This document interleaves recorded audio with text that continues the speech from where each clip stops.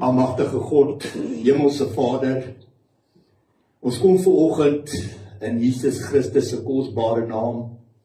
Saam met die engele in die hemel wil ons sing vanoggend, heilig, heilig, heilig is die Here, die Almagtige, die God skepper van hemel en aarde. Daar's absoluut niks, niemand anders soos hy. Die hele skepping is vol van sy magtige dade. Ja, Here, volgens die titelaktes van die woord, is U die God wat alles en almal geskaap het, elke korreltjie sand, elke druppel water, elke boom, elke blaar, elke vrug, die see en alles daarin, die land en alles op die hemel, alles daarbo, elke mens, elke dier het U geskaap, U die mens as beeld van God geskaap, en U het gesê, dit is goed. Vader, U het tot vir Satan en al sy gevalle engele ook geskaap, dit was hulle eie keuse, om in opstand en hoogmoed teenoor U te handel. Dit was hulle eie keuse om nie onder U gesag nie te buig nie. En U het vir Satan met 'n derde van die engele uit die hemel uitgewerp. En soos 'n bliksemstraal het hulle op hierdie aarde neergeval. En ja, Here, hulle is hier tussen ons. En hulle gebruik die wêreld met al sy lekkernye om ons saam met hulle in die verderf te trek. En ek weier dit. Ek verwerp dit in Jesus Christus se naam. Ons sien hoe roer die Satan die pot van geweld, haat en misdaad, want hy soek dood, bloed en vernietiging. Johannes 10:10, die dief kom met steelslag en uitroei. Dis die karaktereienskappe van Satan. Hy's 'n dief, hy's 'n leenaar en hy's 'n moordenaar. En ek sien hom, ek aai hom vir wie wat hy is. Vader, my gebed is dat U vandag sal kom opeis wat aan U behoort. U naam is op die spel. Hoekom moet Satan ons sleg sê, beskinder en vervloek? En vra, waar is julle God? Ons vra nie vanoggend vir gunstes en gawes nie. Ons vra nie vir wonderwerke nie. Ons vra vandag vir geregtigheid en regverdigheid. Dat U die deure sal oopbreek in elke dorp, elke stad, elke kerk in hierdie land en hierdie wêreld.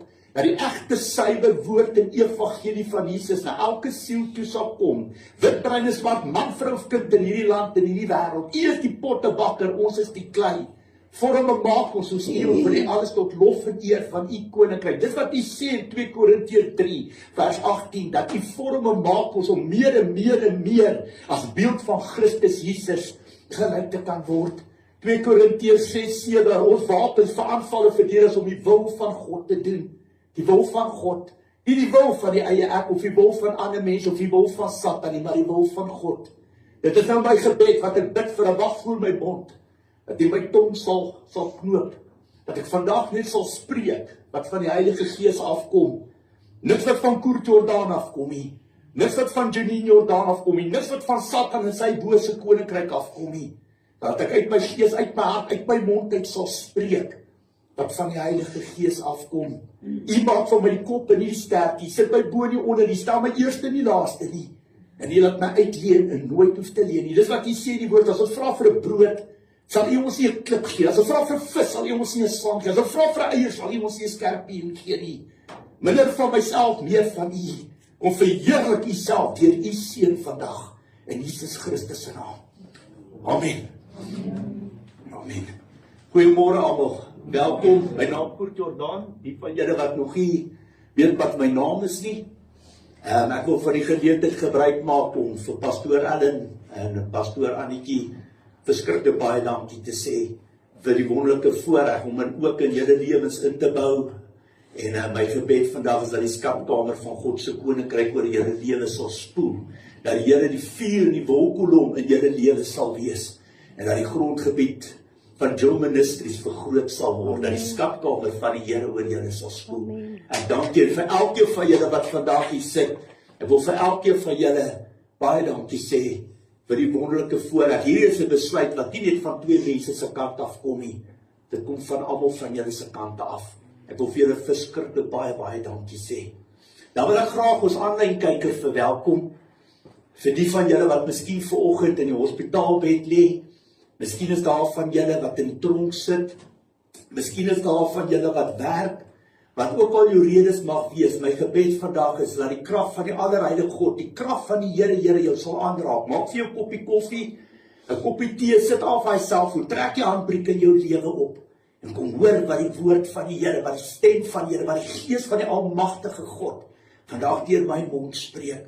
Aan hom kom al die lof vir eer toe. Kan elkeen vandag in die oë kyk en vir vir julle sê dit wat uit my mond uit gaan spoel, is my opdrag om dit met die woord te staaf en te bevestig. Ons is hier om te bou, om elkeen van julle nader aan God te trek, nie verdeeldheid te saai nie, maar om te bou en die Here absoluut te vertrou vir die wonderlike voorreg wat hy vir ons elkeen bied. Dit is 'n voorreg om hier voor te staan en aan God kom al die lof en eer. Ek wil hê almal van julle moet stil raak in julleself, selfs die van julle wat op die wat op die aanlyn is by julle, waar julle julleself ook al bevind. Ek wil graag hê julle moet stil raak vanoggend in julleself. Elkeen van julle wat hier stil sit, wat luister wat vandag, wat die Here op my hart kom lê. Onthou, ons is in die huis van die Here. Dit is hier waar die gemeenskap van die heiliges by mekaar kom. Wees opreg vanoggend en eerlik met jouself. Dit is iets wat die Heilige Gees op my hart kom lê het met die voorbereiding van hierdie boodskap. Vra vir God 'n vraag binne julle harte, hier waar julle nou sit. Moet dit nie by julle monde uitspreek nie. Binne julle gees, binne julle harte, vra julle vir God 'n vraag. Sien hom daar waar hy op die troonstoel sit. Sien hom in jou geestesoog. Sien hoe sit hy op sy troonstoel. En sien hoe jy in gees vir God 'n vraag vra. In gees. En jy moet 'n antwoord op daai vraag van die Here kan terug ontvang. Ek gee vir jou so 20-30 sekondes in jou gees en jou hart. Vra vir die Here 'n vraag en toets of jy 'n antwoord vir daai vraag terug ontvang. Moet dit nie by jou mond uitspreek nie. As jy dit nie uit jou mond uitspreek, jy gaan nie ek dit weet en ook nie die duiwel nie, want lewe en dood is in die mag van die tong. 20 sekondes, 30 sekondes, vra vir die Here 'n vraag. Vat jou tyd.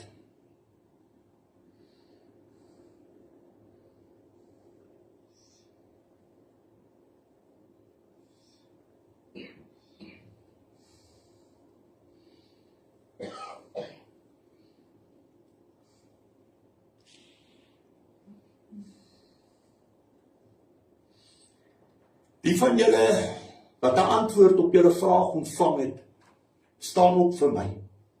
Staan op. Enige een wat 'n vraag vir wat jy gevra het, wat 'n antwoord terug ontvang het. Ek wil hê julle moet rondkyk rondom julle. Want dit is waar een van die grootste probleme lê tussen die kinders van die Almagtige God. By die Here is daar nie witbroodjies nie. En ons is almal deel van 'n kombinasie van die een liggaam van Christus.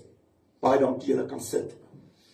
As jy nie die stem van die Heilige Gees kan hoor nie, of jy het glad nie 'n antwoord op jou vraag tot die Here gekry nie, kan dit een van verskeie redes wees wat die Here vandag vir julle sê, wat dit natuurlik ook kan veroorsaak. Punt nommer 1, jy het nooit die Heilige Gees ontvang nie. Dan gaan mense vir my sê, maar hoe is dit moontlik? Jy is miskien klein gedoop, jy is miskien groot gedoop, maar ons lees in die Bybel, lees ons in Handelinge 8 vers 9 tot 24, van 'n man met die naam Simon. Hy het ook gelowig geword, hy is ook gedoop, maar hy het nooit die Heilige Gees ontvang nie. Hoekom sê die woord van God, het hy nie die Heilige Gees ontvang nie? Die woord leer vir ons, hy was verstrik aan sondes, en hy was met afguns vergiftig. So daar was 'n rede, hy was in ketting vas, daar was 'n doel en 'n rede. Dan punt nommer 2, die rede wat die Here vir julle gee. Deur sondes in jou lewe is daar 'n geestelike muur tussen jou en God. Jy moet bekeer, jy moet sondebelydenis doen, jy kort bevryding, baie belangrik. Dan punt nommer 3 wat die Here vir julle gee, net soos met Daniël, in die boek Daniël 10 vers 12 en 13, kan jou woord van God deur Satan gesteel of blokkeer word. Jy moet dit opeis, jy moet dit terugeis. Jy moet staan op die beloftes van God se woord. Jesus het die vloek aan die kruis geword, sodat ons elke seën en belofte van God kan ontvang, sodat ons 'n lewe in oorvloed kan hê. Een van daai beloftes is, my skape sal die herder se stem kan hoor. Dan nommer 4 wat die Here gee. Dit kan 'n beproewings of 'n verdrukkingstyd wees, wat God oor jou lewe toestaan en toelaat. Tyd is in God se hande, daar staan geskrywe, 1 Petrus 1 vers 6 en 7, verheug julle hieroor, selfs al is dit nodig dat julle kort tydjie bedroef gemaak word, deur allerlei beproewings, sodat die egtheid van julle geloof getoets kan word. Julle geloof is baie kosbaarder as goud, goud wat vergaan. Selfs die suiwerheid van goud word met vuur getoets, en die egtheid van julle geloof moet ook getoets word, sodat dit lof en heerlikheid en eerwaardig mag wees by die wederkoms van Jesus Christus. Nog 'n skrif wat die Here gee, 2 Korintiërs 10, vers 17 en 18, maar die skrif sê, hy wat roem, moet in die Here roem. Die man wat die proef deurstaan het, is nie die een wat homself prys nie, maar die een wat deur die Here geprys word. Dit was nommer 4. Punt nommer 5 wat die Here gee. Net soos met Jeremia in die woord Jeremia 42 vers 7, moet jy bietjie langer wag vir 'n antwoord van die Here. Ek praat onder korreksie, ek dink dit was 10 dae wat hy gewag het vir 'n antwoord, wat die mense vir hom gevra het vir 'n boodskap, en hy het 10 dae gewag voor hy die antwoord terug ontvang het. Die stem van die Heilige Gees speel 'n kritieke rol in die enige opregte kind van God se lewe. Jy sal nooit weet wat die waarheid is, of wat die rede is hoekom jou stem stil is, as jy nie self met God kan praat nie. Dit is hoekom die een liggaam van Christus daar is. As broers en susters in die Here Jesus Christus moet ons mekaar kan bystaan en bedien met die waarheid. Hoe moet die Here jou opdragte gee? Hoe moet die Here jou uitstuur? Hoe wil jy hom deel maak van jou lewe, van jou dag tot dag bestaan, as jy nie eers met hom kan praat nie? Die woord sê, luister baie mooi die skrif, die woord wat die Here vir elkeen van julle gee wat vandag hier sit. 1 Samuel 12, vers 14 en 15. As julle eerbied aan die Here betoon, hom dien en na sy stem luister, en julle ook nie verset teen die bevel van die Here nie. Julle sowel as die koning wat oor julle regeer, sal die Here julle God by julle wees. As julle nie na die stem van die Here luister nie, en ongehoorsaam is aan die bevel van die Here, sal die Here teen julle wees, soos teen julle voorvaders. Die stem van die Here is kritiek. Jy het hom baie nodig om te luister wat die Here, hy wys vir jou, hy is die pad, hy wys vir jou, hy is die lig vir jou pad, en die lamp vir jou voete, die lig vir jou pad, hy wys vir jou wat die rigting, jy moet hom kan deel maak. Dis hoekom die Here my laat stil raak het in jouself, sodat ons kan toets, dat ons kan seker maak. Baie belangrik, nog 'n skrif wat die Here gee, Johannes 10, vers 2 tot 5, vers 14 tot 16. Maar hy wat deur die hek ingaan, is die skape se herder. Vir hom maak die hekwagter oop. Die skape luister na die herder se stem. Hy roep sy skape op hulle name en lei hulle uit. Wanneer hy al sy skape uitgebring het, loop hy voor hulle uit en die skape volg hom, omdat hulle sy stem ken. Hulle sal nooit 'n vreemde volg nie, maar van hom af weghardloop, omdat hulle nie die stem van die vreemdes ken nie. Ek is die goeie herder. Ek ken my skape ken my. Net soos die Vader my ken en ek die Vader ken. En ek lê my lewe af vir die skape. Ek het nog ander skape, wat nie van hierdie kraal is nie. Ek moet hulle ook lei. Hulle sal na my stem luister, en hulle sal een kudde wees met een herder. Nog 'n skrif wat die Here gee is Johannes 10 vers 27. My skape luister na my stem. Ek ken hulle, en hulle volg my. Tydens my Vadersdag boodskap het die Heilige Gees dit baie sterk op my hart gelê, dat hy julle wil dieper vat in 'n geestelike wandelspad en groei saam met die Here.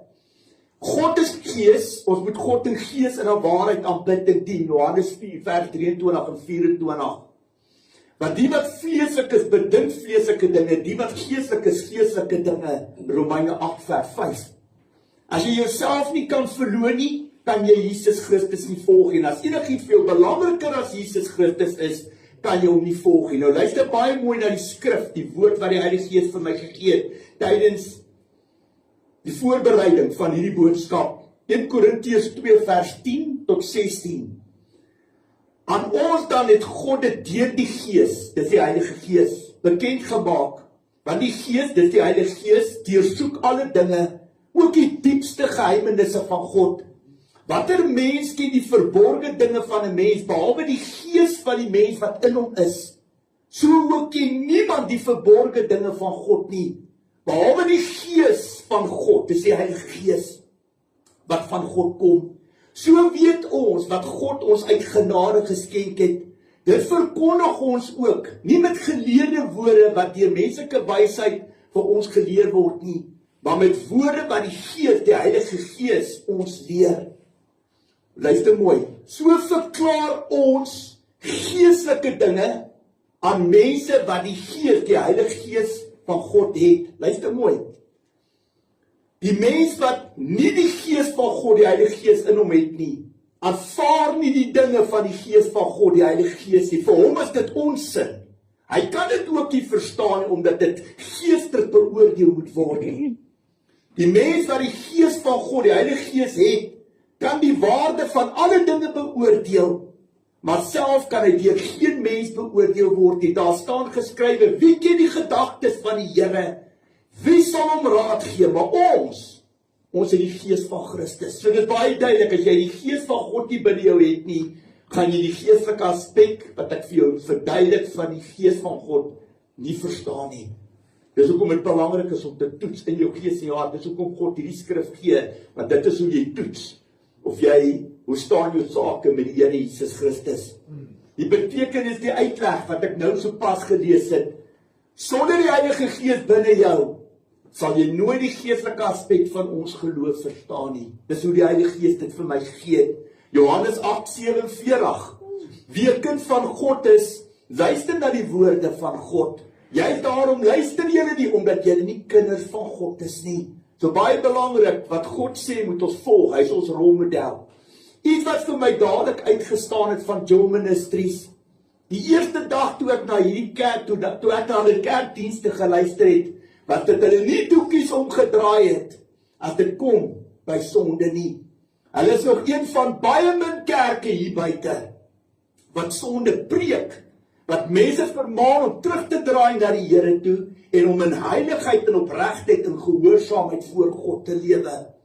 Ek sal nooit vergeet die dag toe ek tot bekering gekom het nie. Ek het my sondes bely, ek het geestelike bevryding ontvang en was gedoop binne my swembad by die huis. Ek het die aand gaan slaap en die volgende dag het ek wakker geword en dit het vir my gevoel of ek letterlik en figuurlik die Bybel, ek wil amper sê, opgevreet het. God het ook my bediening, my roeping, my salwing in 'n droom en 'n gesig aan my geopenbaar met die skrif uit Jesaja 42 en op latere stadium Lukas 4:18-19, Jesaja 61 vers 1 en 2. My eerste 2,5 jaar in die bediening was 'n opleidingsfase tydperk in my lewe. Ek sal nooit vergeet, ek en my huisgesin het in 'n dubbelverdiepingshuis gebly. Ek het eendag van die boonste trappe, van die boonste verdieping afgestap. En halfpad by die trappe af, het God vir my hart en duidelik in my hart gesê, Koert, wat sien jy as sonde? Wat sien ander mense as sonde? En wat sien ek as sonde? Van daardie dag af het my hele bediening voltyds begin, volstoom. Ek het die Bybel, God het vir my die Bybel heeltemal oopgebreek.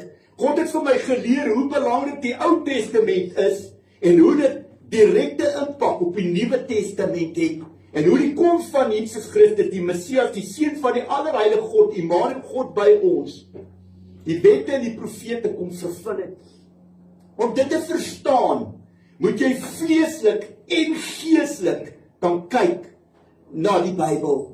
Ons lees in die boek Jeremia hoe die nuwe verbond geprofeteer is deur die profeet Jeremia. Ons lees dit in Jeremia 31 vers 31 tot 34. Daar kom 'n tyd, sê die Here, dat ek met Israel en met Juda 'n nuwe verbond sal sluit. Dit sal nie wees soos die verbond wat ek met hulle voorvaders gesluit het, toe ek hulle aan die hand gevat en uit Egipte laat trek het nie. Hulle daardie verbond wat ek met hulle gesluit het verbreek, al was ek getrou aan hulle, sê die Here. Vers 33, baie belangrik, kom in jou hart vas. Dit is die verbond wat ek in die toekoms met Israel sal sluit, sê die Here. Ek sal my woord op hulle harte skryf en dit in hulle gedagtes vas lê. Ek sal hulle God wees en hulle sal my volk wees. 'n Man sal nie meer vir sy buurman of vir sy broer voorhou, jy moet die Here dien nie, want almal sal my dien, klein en groot, sê die Here. Ek sal hulle oortredings vergewe, nie meer aan hulle sondes dink nie. Deur Jesus se bloed aan die kruis is die nuwe verbond beseël. Jesus het God se koninkryk aarde toe gebring. Alles gaan nou oor gees en nie vlees nie. As jy deur God se oë na die wêreld kyk, is daar twee geestelike koninkryke wat lynreg teenoor mekaar staan. God en Jesus se koninkryk en Satan en die anti-kris se koninkryk. Lig en duisternis, leuen en waarheid, goed en sleg. Dit is waaroor alles gaan. Geestelik. Alles geestelik deur God se oë. Onthou, God is gees, ons moet God in gees en in waarheid aanbid te dien. Staan vandag saam met my op Tafelberg. Kyk saam met my na ons land Suid-Afrika. Kyk na al die kerke onder wit, bruin en swart. Kan jy die Heilige Gees binne hierdie land sien, my liewe broer en suster? Ja of nee? Nee, jy kan nie. Die hele land val letterlik en figuurlik uit mekaar uit. Ons mense is geestelik siek hier buite.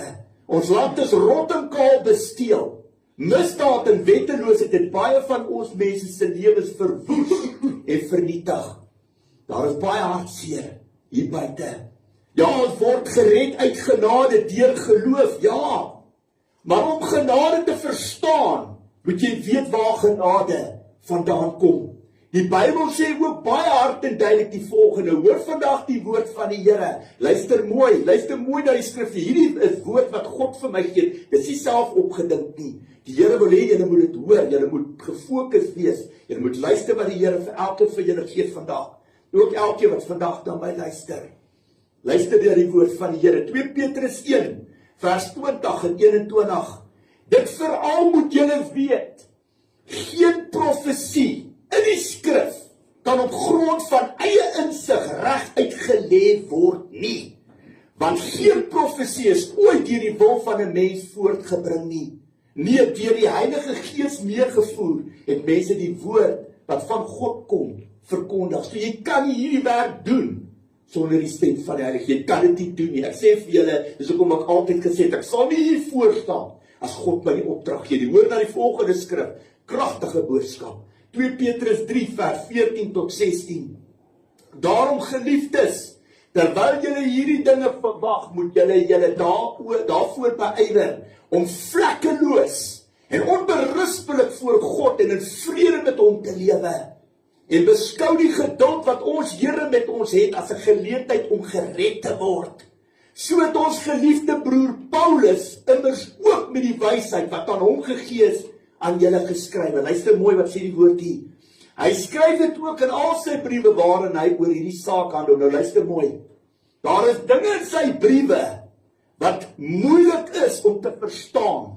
Oningeligte en onstandvastige mense gee daaraan 'n verkeerde uitleg, soos hulle trouens ook doen met die res van die skrif, en dit tot hulle eie ondergang. As jy nie na die Here luister nie, as jy hier voorstaan vir die verkeerde redes, gaan jy heel moontlik noodstap en eintlik wil God jou oë sê. En as God jou nie leiding gee nie, is jy jou eie God. En as jy 'n struikelblok in mense se lewens hier buite. Julle moet luister. Die Here het hierdie woord baie sterk op my hart gedruk. Almal wat na my luister vandag. Jy kan nie van God se genade. Pastoor het verlede naweek gepraat. Het jy nog vrees vir God in jou hart? Luister wat die Here vir my gee. Almal van julle luister. Jonk en oud, luister. Jy kan nie van God se genade en van Jesus Christus se kruisdood 'n bespotting maak nie. Daar is 'n uitresultaat vir dwaase optredes. Daar staan geskrywe, hoor die skrifte wat die Here vir my gee, Johannes 3:36. Wie in die Seun glo, het die ewige lewe. En daar stop die kerke. Glo net in Jesus Christus en ons gaan hemel toe. Dis die meeste van die kerke stop daar. Kom ons gaan bietjie verder anders daar. Wie in die Seun glo, het die ewige lewe. Wie egter aan die Seun ongehoorsaam is, sal die lewe nie sien nie, maar die straf van God bly op hom. So gehoorsaamheid is belangriker as offers. As jy sê jy is 'n kind van God, moet jy Jesus as rolmodel kan getrou gehoorsaam en hom volg. Ons gaan verder aan kyk na die skrifte wat die Here vir my gee. Galasiërs 6 vers 7 en 8. Moenie jouself mislei nie. God laat nie met hom spot nie. Wat 'n mens saai, dit sal hy ook oes. Wie op die akker van die sondige natuur saai, sal van die sondige natuur die dood en die verderf oes. Maar wie op die akker van die gees saai, sal genade vang in die koninkryk van God oes. So jou vrugte dra krag, soos pastoor Allen verlede naweek ook gesê het, moet kan goeie vrugte dra. 1 Samuel 2 vers 30 gee die Here ook vir my.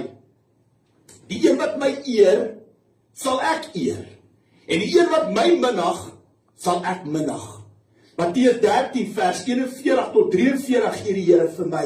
Die Seun van die mens sal sy engele stuur. Dit is op die dag wanneer Jesus Christus afkom. Die Seun van die mens sal sy engele stuur. En hulle sal uit sy koninkryk verwyder almal wat ander mense in sonde laat val en almal wat die wet van God oortree en sal hulle in die brandende hout gooi. Daar sal hulle huil en op hulle tande kners. Dan sal die gelowiges in die koninkryk van die Vader skitter soos die son. Wie ore het, moet luister. Baie belangrik. Hebreërs 6 vers 4 tot 6. Hoor hoe breek die Here die Bybel oop vir my, hoor.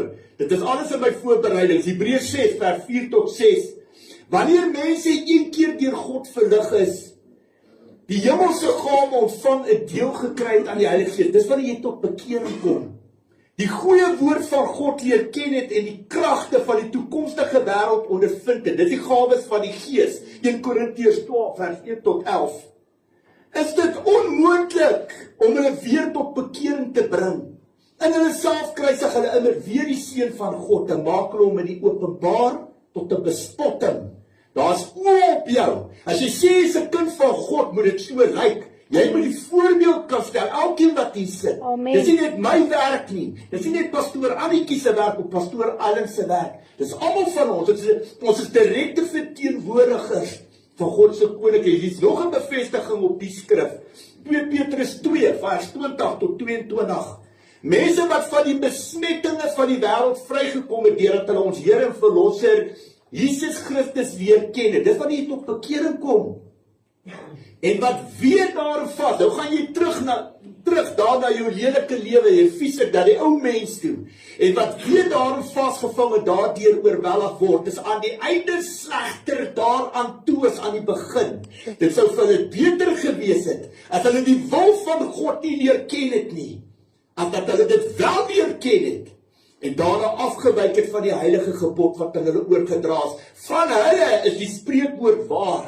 'n Hond gaan terug na sy braaksel toe. 'n Vark wat gewas is, gaan rol weer in die modder.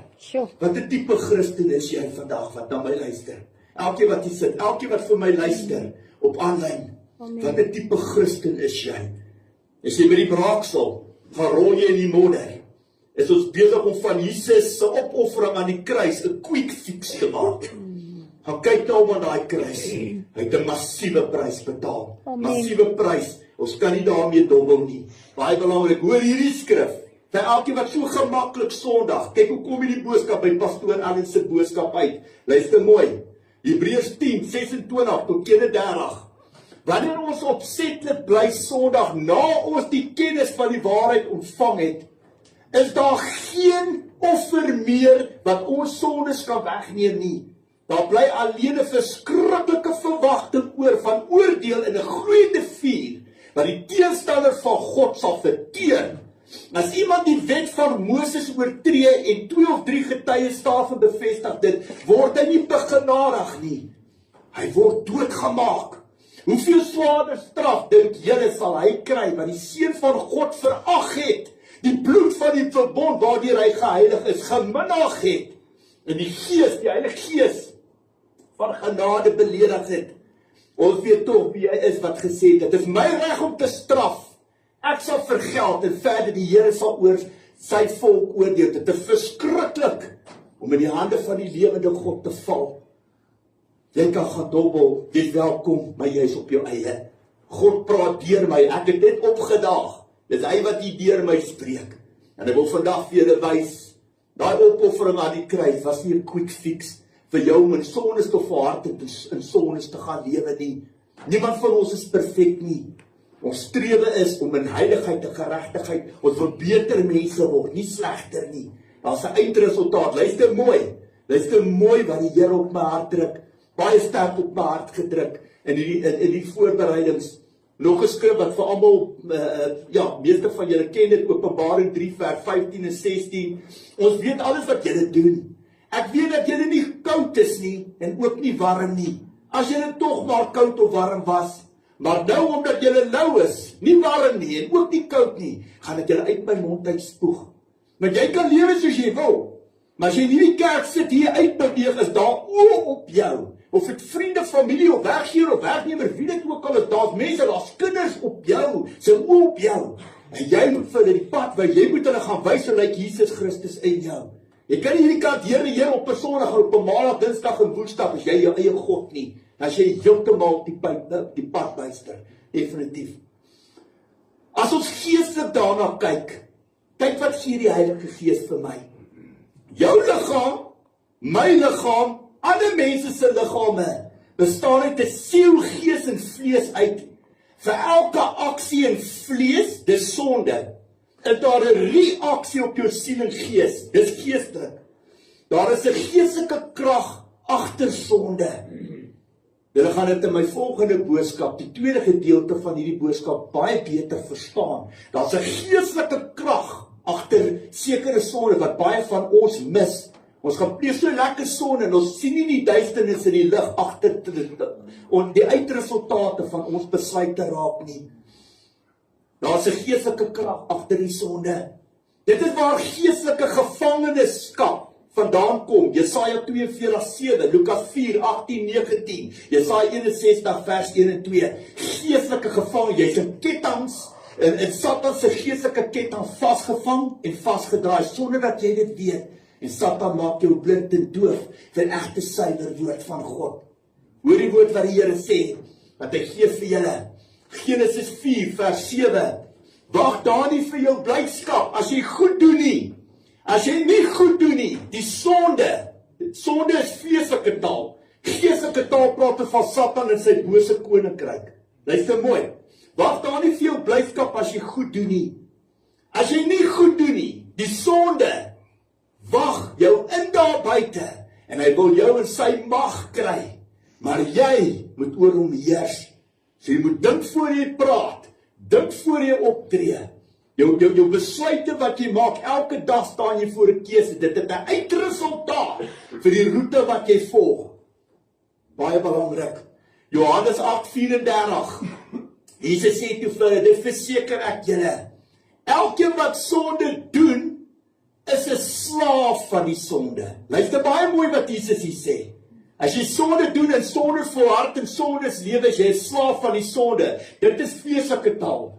Geestelike taal praat ons van, as jy in sonde lewe, is jy 'n slaaf van Satan. Romeine 7:20, luister baie mooi.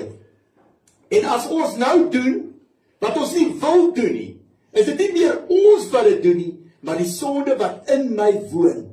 So dit is Satan wat jou liggaam as 'n vesting gebruik om al sy vuil werk op aarde te doen. En dit is waar, hoe kan ek sê, dit is waar moord en verkrachting en molestasie en betasting en aanranding en diefstal en verdrukking ensovoort vandaan kom.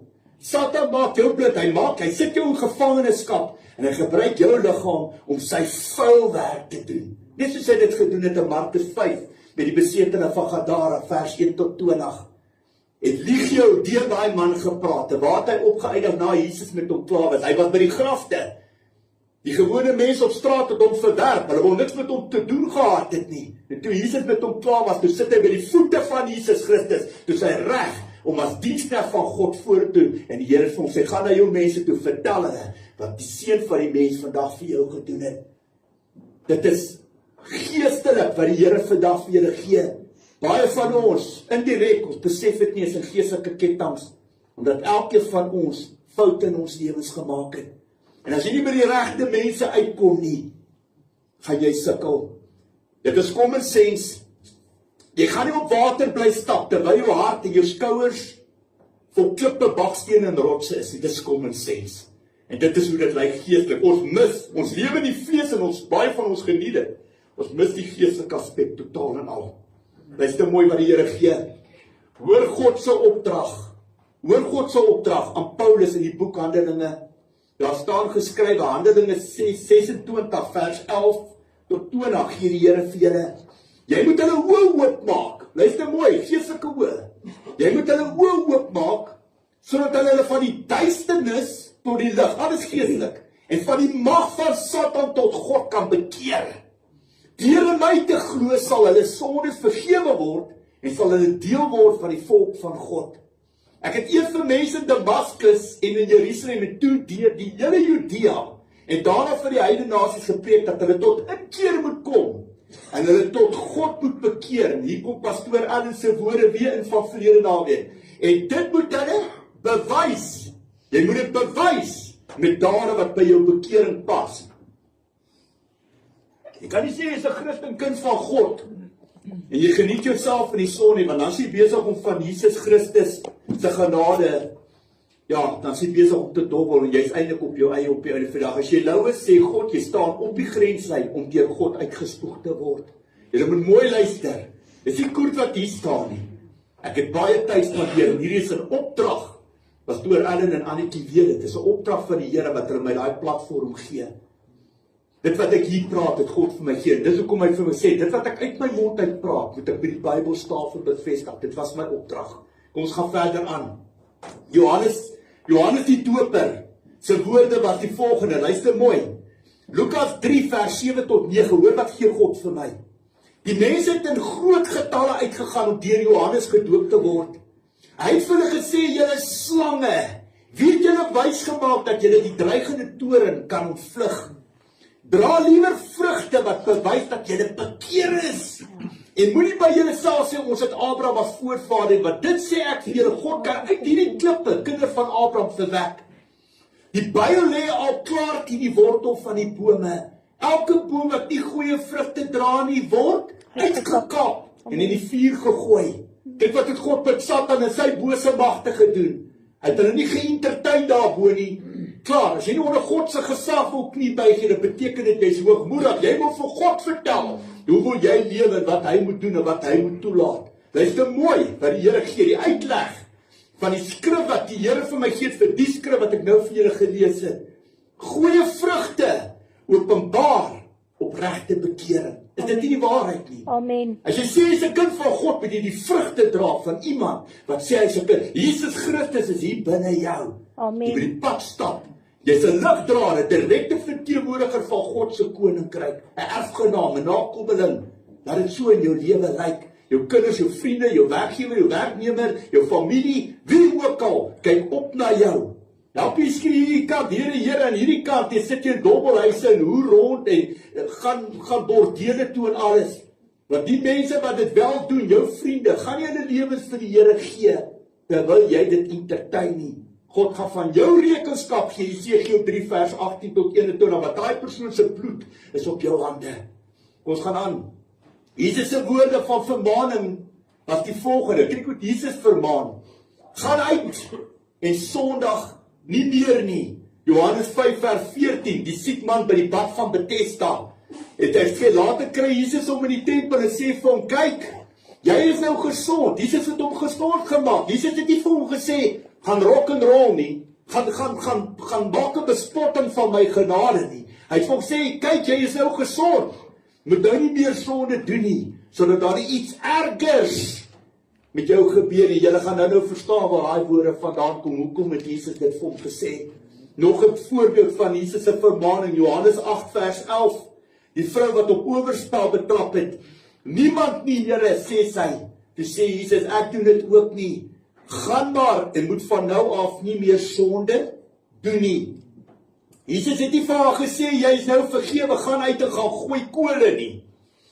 Nee, hy het vir haar vermaan om met die sonde te stop en heilig en eerbaar te lewe. God is heilig, ons moet ook heilig lewe. Hebreërs 12 vers 14, sonder heiligheid sal niemand die koninkryk van God sien nie. Nergens in die Bybel, luister mooi, ek gaan vinnig praat, hierdie boodskap moet ek aflewer. Dit is nie net vir julle, vir pastoor Allen en Annetjie nie, dit is vir die mense wat hier na my luister. Baie dominees en pastore, baie ander geestelike kinders van God het nodig om hierdie boodskap te luister. Of dit in Amerika, Australië, Nieu-Seeland, waar, hulle het nodig om dit te hoor. Want God word vandag verheerlik. Minder van myself, meer van God.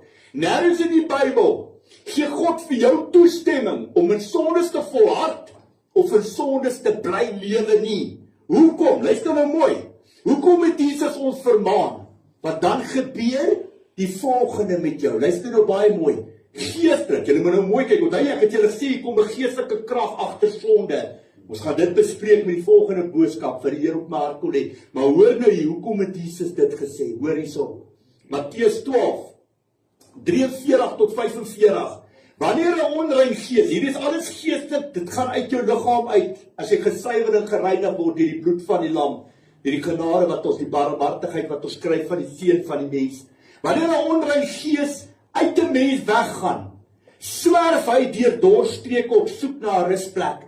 As hy dit nie kry nie, sê hy, ek gaan terug na my huis waaruit ek weggegaan het. Hy kom dan terug en kry dit onbewoon skoon en aan die kant. Dan gaan haal hy 7 ander geeste, nog slegter as hy self, en hulle trek saam met hom in en gaan woon daar. Aan die einde is so 'n mens slegter daaraan toe as aan die begin. So sal dit gaan met die slegte mense van vandag. So wat ek eintlik vir jou kort en kragtig sê, as jy van God se genade en van Jesus se kruis op 'n bespotting maak, gaan jy dit 3 keer, 4 keer, 5 keer doen tot jy totaal en al verwoes is. Want elke keer wat jy van God se genade 'n speelplek maak, kom daai boosheid terug. En jy's 'n slegte mens. Ek kan nie baie praat vandag nie. Ek het ervaring. Ek het gesien hoe lyk dit wanneer iemand van God se genade grap maak. Weet julle waar het hy opgeëindig na 4, 5 keer binne Weskoppies? Of it. Daai mense kon dit nie verstaan nie. Hulle het hom gevoel met pille en inspuitings. Op die einde van die dag was dit niks anders as Satan wat hom heeltemal, hy was 'n geestelike gevangenskap. Dit is hoe dit lyk. Op hierdie vlak, miskien as jy kerk speel en koffie en koeksusters drink, dan join ons kerk. Maar as jy nie diepere geestelike vlakke inkom in suiwerheid en heiligheid, is die tyd van speel verby, want jy het jouself as 'n heilige offer vir God gegee. Dit hoekom God op die Vaderdag boodskap sê, as jy jouself nie kan verloon nie, kan jy Jesus Christus nie volg nie. Want jy kan nie jou eie belange bo God se stel nie. Glad nie. Hoor mooi. Jy glo in die Heilige Gees. Ja? Kan jy die Heilige Gees sien? Nee. Nou net so kom Satan en sy bose magte ook na jou toe. Jy kan hulle nie sien nie want jou geestesoog is toe. Maar ek kan julle 100% verseker dat hy en sy bose magte deel van die realiteit rondom ons is. Die Satan kan geestelik aanval en hy kan vleeslik deur mense aanval. Jy moet goed en reg kan onderskei. Jy moet met wysheid kan praat en optree. Alles geestelik deur God se oë kyk, want dit waar jy lig en duisternis gaan sien. Jy gaan na 'n persoon kyk of hy wit, bruin of swart is. Jy gaan hom kyk en dan sy vrugte gaan jy sien. Hierdie ou sê hy's 'n kind van God, hy lewe dit. Of hy gaan sê hy's 'n kind van God, maar hy doen alles wat hy nie moet doen nie. Jy kan nie Jesus in sy lewe sien nou. Weet jy, jy's besig met die duisternis. Dis Satan wat partytjie daai mens doen. En dis hy wat skade veroorsaak in die naam van die Here en oneer bring. Luister mooi. Baie van ons kerke plukblare is snoeitakke, maar hulle kom nie by die geestelike wortelprobleme in mense se lewens uit nie. Ek het in COVID tyd 2020 het ek 'n dame het op my pad gekom. Sy het my nommer by iemand in 'n kerk ontvang. En sy het selfmoord gepleeg het op daai tyd. Hoe dit ook al gebeur het of wil gebeur het. En sy het my nommer gekry. En ek bid tot die Here en die Here sê jy kan hierdie vrou bystaan, jy kan haar help. En toe ek by uitreik daar en ek sê vir haar, die Here sê vir my, ek kan jou bystaan en help. Toe ontplof sy. Ek sê vir haar, jy moet bevryding ontvang. Ding is nie reg. Maar sy ontplof. En sy sê vir my, maar sy kan dit nie verstaan nie. Sy was al by 3 verskillende plekke vir bevrydings.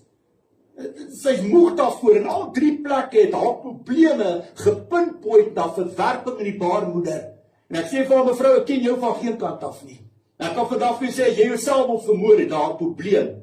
Want iemand wat homself lief het en wat Jesus lief het, gaan nie probeer selfmoord pleeg nie. Dit is Satan in die persoon, waar daai persoon, en as jy selfmoord pleeg, sit jy vir Satan 'n trofee op die kas. Dis waar hy oorwinning behaal.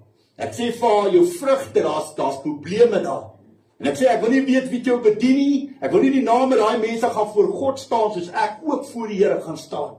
En ek sê, vir haar, loop 'n pad saam met my, van punt A na B, gaan ons die dinge ordentlik doen, soos God my kom leer het. Op die einde van die dag, kort en kragtig opgesom, het ons 2 moordvloeke uit haar bloedlyne uit gaan haal. Een aan haar pa se kant en een aan haar ma se kant. Dus al 3 plekke wat gesê het, haar probleem is verwerping in die baarmoeder, was heeltemal van koers af. Daai vrou hier waar ek vandag met julle praat, het 'n massiewe bediening ontvang van Israel. Sy is in die privaatheid van haar eie kamer, haar eie huis, deur God se Heilige Gees aangeraak. Baie kragtig. Hier waar ek nou met julle praat, leer sy vir Hebreëus. Sy kan dit skryf, praat en verstaan. En sy is geroep, bemagtig, om te werk vir Israel. Intercessorskap.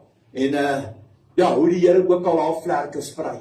So ja, baie van ons, wat ek daardeur wil sê, pluk blare, snoei takke, ons kom nie by die geestelike wortelprobleme. Terwyl ons kat en muis speel en probeer God speel, is daar mense wat skade het hier buite. Hulle kry seer, want die dinge word nie goed en reg. En hoekom gebeur dit? 2 dinge. Hulle kan nie die stem van die Here hoor nie. Punt nommer 2, hulle is nie geroep en bemagtig om die werk te doen nie. Ek sê julle vandag, jy kan nie hierdie werk doen as God jou nie geroep en bemagtig. Hy sê die ammunisie, die wapens in jou hand. Alright, kom ons gaan verder aan. God se koninkryk is nie 'n koninkryk van praat nie, maar immers van krag. Ons kan die hele dag hier praat, ons kan 24 uur hier sit. God se koninkryk is nie 'n koninkryk van praat nie, maar van krag. 1 Korintiërs 4 vers 20. Dis absoluut die waarheid. Dis waar oorlog, alles, lig en duisternis, Satan en God. Jesus het self demone, bose magte uit mense uitgedryf. So dis 'n realiteit wat ons rolmodel Jesus Christus vir ons kom leer het. Ja, daar's verskillende vlakke of dieptes in jou geloof. Waar bevind jy wat vandag na my sit? Waar bevind jy jouself op die oomblik? Hoe staan jou sake met die Here Jesus Christus? Speel jy kerk of streef jy daagliks om nog nader aan Jesus Christus te kom? Hoe nader jy kom aan Jesus Christus, hoe meer sal Satan jou aanval. Dit gaan nie beter nie. Hoe nader jy kom aan hom, jy vir hom 'n struikelblok. Jy krap in sy slaai. Dit is hoekom hy ons sal aanval. Baie van die mense wat hier sit sal vir julle sê, hoe nader jy kom aan Jesus, dis nie 'n speelplek nie. Ons word aangeval, dit is 'n realiteit. Want ons is die heiliges van die Allerhoogste. Ons is die kinders van die Almagtige God. En vir Satan en sy bose koninkryk is ons 'n bedreiging. Nou die dag het een van my goeie vriende se ma die tydelike met die ewigheid verruil. Sy het nooit bevryding ontvang nie. Maar haar geloof in Jesus Christus het haar gered. In haar geval het sy nooit die egte suiwer evangelie van Jesus Christus gehoor of ontvang nie. Lukas 12, 47, 48, kort en kragtig opgesom, gee die Here vir julle. Maar die Here kort en kragtig sê, hy gaan julle nie met stokke slaan en met klippe gooi, julle nog nooit die egte suiwer woord en evangelie van Jesus Christus ontvang nie. Nie almal kry die waarheid binne die kerke hier buitekant. Hulle is daar, baie van die mense staan hier voor vir die verkeerde redes. En dan op die einde van die dag word God se skape uitmekaar uitgeruk. Kyk hoe stikkend lyk dit hier buite. En dis hoekom die Here vir jou vra, staan op Tafelberg en kyk na hierdie land. Met al die kerke onder wit, bruin en swart, is ons land eintlik veronderstel om een van die grootste Christenlande in die wêreld te wees. Ons land is boos en goddeloos en siek. Dis hoe ons land lyk. Dat ons kyk alles vleeslik, ons kyk dit nie geestelik nie. Baie belangrik. God gaan jou nie met 'n stok slaan, met klippe gooi, as jy nog nooit die egte suiwer woord ontvang het nie. Wie gaan die prys betaal? Hy's te baie mooi, spit julle ore. Wie gaan die prys betaal? Wie gaan rekenskap moet gee en pa staan omdat sy of in haar die vrou wat deur haar geloof gered is, sy nooit die volle waarheid van haar geloof het haar gered, maar wie gaan pa staan daarvoor? Wie gaan die prys betaal? Wie gaan rekenskap moet gee en pa staan omdat sy met 'n halwe waarheid bedien is? Die geestelike leier, die dominee, die pastoor wat haar in haar lewe bedien het. Dit wat die Here op my hart kom lê. Hierdie werk kom met verantwoordelikheid, en as jy die naam van die Here wil praat en optree, moet jy verantwoordelikheid kan vat, want jy gaan voor God staan, as sy skape uitmekaar uitgeruk word hier buite onder jou hand. Dis 'n voorreg, is nie 'n reg nie, dis 'n voorreg om hier voor te staan. En dis hoekom ek altyd so dankbaar is vir hierdie 2 mense, wat in God geglo het, en natuurlik die Christelike familie wat hier sit. Baie dankie daarvoor. Daar staan geskrywe Jakobus 3:1. Meneer, my broers, julle moenie almal leermeester wil wees nie. Want julle moet weet, ons wat leermeesters is, gaan strenger as ander beoordeel gaan word. Dis lekker om hier voor te staan, want julle sit en luister en ek doen die praatwerk. Maar dit wat ek vandag hier doen, kan my op hemel toe stuur of ek kan my hel toe stuur. Want dan is ek 'n struikelblok in julle lewe, as ek julle met 'n halwe waarheid bedien. Dis hoekom God wil hê ek moet praat, en ek moet hard praat, en ek moet die waarheid praat, dan maak dit my hoe onpopulêr. Verstaan my punt, ek is nie hier vir geld of vir eie eer nie, ek is hier om die Vader in die hemel te vereerlik. En deur dit dra ons kruis en ons betaal 'n prys vir hierdie werk. Nou baie belangrik, wat is die verskil tussen iemand wat bevryding ontvang het en iemand wat nie bevryding ontvang het nie? Kom ek verduidelik dit kortliks aan julle. Alles gaan oor geestelike regte, dis waaroor alles gaan. Soms is daar mense, Christene, gelowiges hier buite, wat die Here daagliks dien met 'n opregte hart. Ons sien hulle hier buite, mense wat God met passie aan te dien. Weekliks gaan hulle kerk toe, ensovoorts, en dan hoor jy hoe sommige van hulle verkragt en vermoor is. Dan verstaan mense nie hoekom dit gebeur nie. Waar is die almagtige God wat hemel en aarde geskaap het toe dit met hulle gebeur het? Is dit nie die waarheid nie? Baie ongelowiges en ateïste gebruik jy sulke geleenthede in plaas om van ons geloof en van ons God 'n bespotting te maak. Maar eintlik praat hulle van iets waarvan hulle geen kennis dra nie. Alles gaan oor geestelike regte. Jy sien my liewe broer en suster, alles gaan oor geestelike regte. God is 'n regverdige God, 'n regverdige regter. Hy gaan nie jou kant kies net omdat jy sê jy's 'n Christenkind van God. You must walk the talk. Jy kan nie compromise, swaai en draai in die woord van God nie. En baie belangrik, as daar geestelike dele in jou lewe oop is, het Satan geestelike regte en hy gaan regte opeis. En omdat dinge nie altyd in volle suiwerheid en heiligheid voor God in die kerke gedoen word nie, is daar 'n halwe waarheid wat versprei. Satan het geestelike regte en dan gebeur hierdie tipe dinge van verkrachting en moord. Dit gaan alles, onthou God sê in sy woord, hy sal jou beskerm. Hy sal jou lewe beskerm. Oor die grondgebied van 'n regverdige sal 'n goddelose nie sy voete sit nie. Ons sal rustig slaap, misdaad sal ons nie tref nie. Is God 'n leenaar? Is hy 'n leenaar? Praat hierdie Bybel 'n klomp leuns? Nee. Maar God is 'n regverdige God en dit is wat belangrik. Dit is hoekom God wil hê jy moet na die stem van die Heilige Gees, sodat jy weet jy is in suiwerheid en heiligheid voor God. Want as God vir jou is, wie kan teen jou wees? Hy bewaar en beskerm, daar sal nie ou sy voete in jou erf sit nie. Of hy wit piempers of swart is, vir hom om in jou huis te kom, jou te vermoor of jou vrou te verkragt. Wie is binne hom? Is Satan in hom of is Jesus in hom geestelik? Satan is in hom. Hy sal nie daarin kom met God se beskerming, maar dan wil jy weet dat jou lewe reg is. Satan het nie geestelike regte oor jou lewe nie. Alright, dis baie belangrik. Dit waar geestelike regte vandaan kom wat baie mense nie altyd geleer word nie. Met alle respek, ons kerke, luister baie mooi wat die Here vir my gee. Hierdie kerk praat van sondes. Hierdie kerk leer vir jou om te bekeer, om heilig te lewe, om God te gehoorsaam. Die pastoor het nou net gesê, wie's binne die kraal, wie's buite die kraal. Hoor wat sê God nou met hierdie woord wat hy vir my gegee het. Met alles, ons kerke maak ons eie mense dood. Luister baie mooi. Hoor die woord van die Here, daar staan geskrywe, luister wat God vir my gee. Die ongepaste deelname van die nagmaal. Luister wat God vir my gee. 1 Korintiërs 11 vers 27 tot 32. Elkeen wat op 'n ongepaste wyse van die brood eet, of uit die beker van die Here drink, sal skuldig wees aan die sonde teen die liggaam en die bloed van die Here. Maar elkeen moet eers homself ondersoek, voor hy van die brood eet, en uit die beker drink, so jou saak moet reg wees voor God. Luister mooi, want hy wat eet of drink, sonder om te besef dat dit die liggaam van die Here is, bring daardeur 'n oordeel oor homself. Hoor, dis God wat hierdie woorde vir my gegee het. Luister mooi, daarom is daar baie swakkes en sieklikes onder julle, en sterf daar baie van julle. God gee dit vir julle, julle moet luister. As ons onsself vooraf reg ondersoek het, sou ons nie onder die oordeel gekom het nie. Maar nou word ons deur die Here geoordeel en getuigtig, sodat ons nie saam met die wêreld veroordeel sal word nie. So as jy hier kom sit en nagmaal gebruik met jou saak by die Here reg wees. Jy kan nie hier in sonde lewe, maak nie saak wat is die sonde, hier uitstap, klaar nagmaal en jy gaan verder volhard in sonde nie. Dan maak jy 'n bespotting, dan kom die oordeel van God oor jou.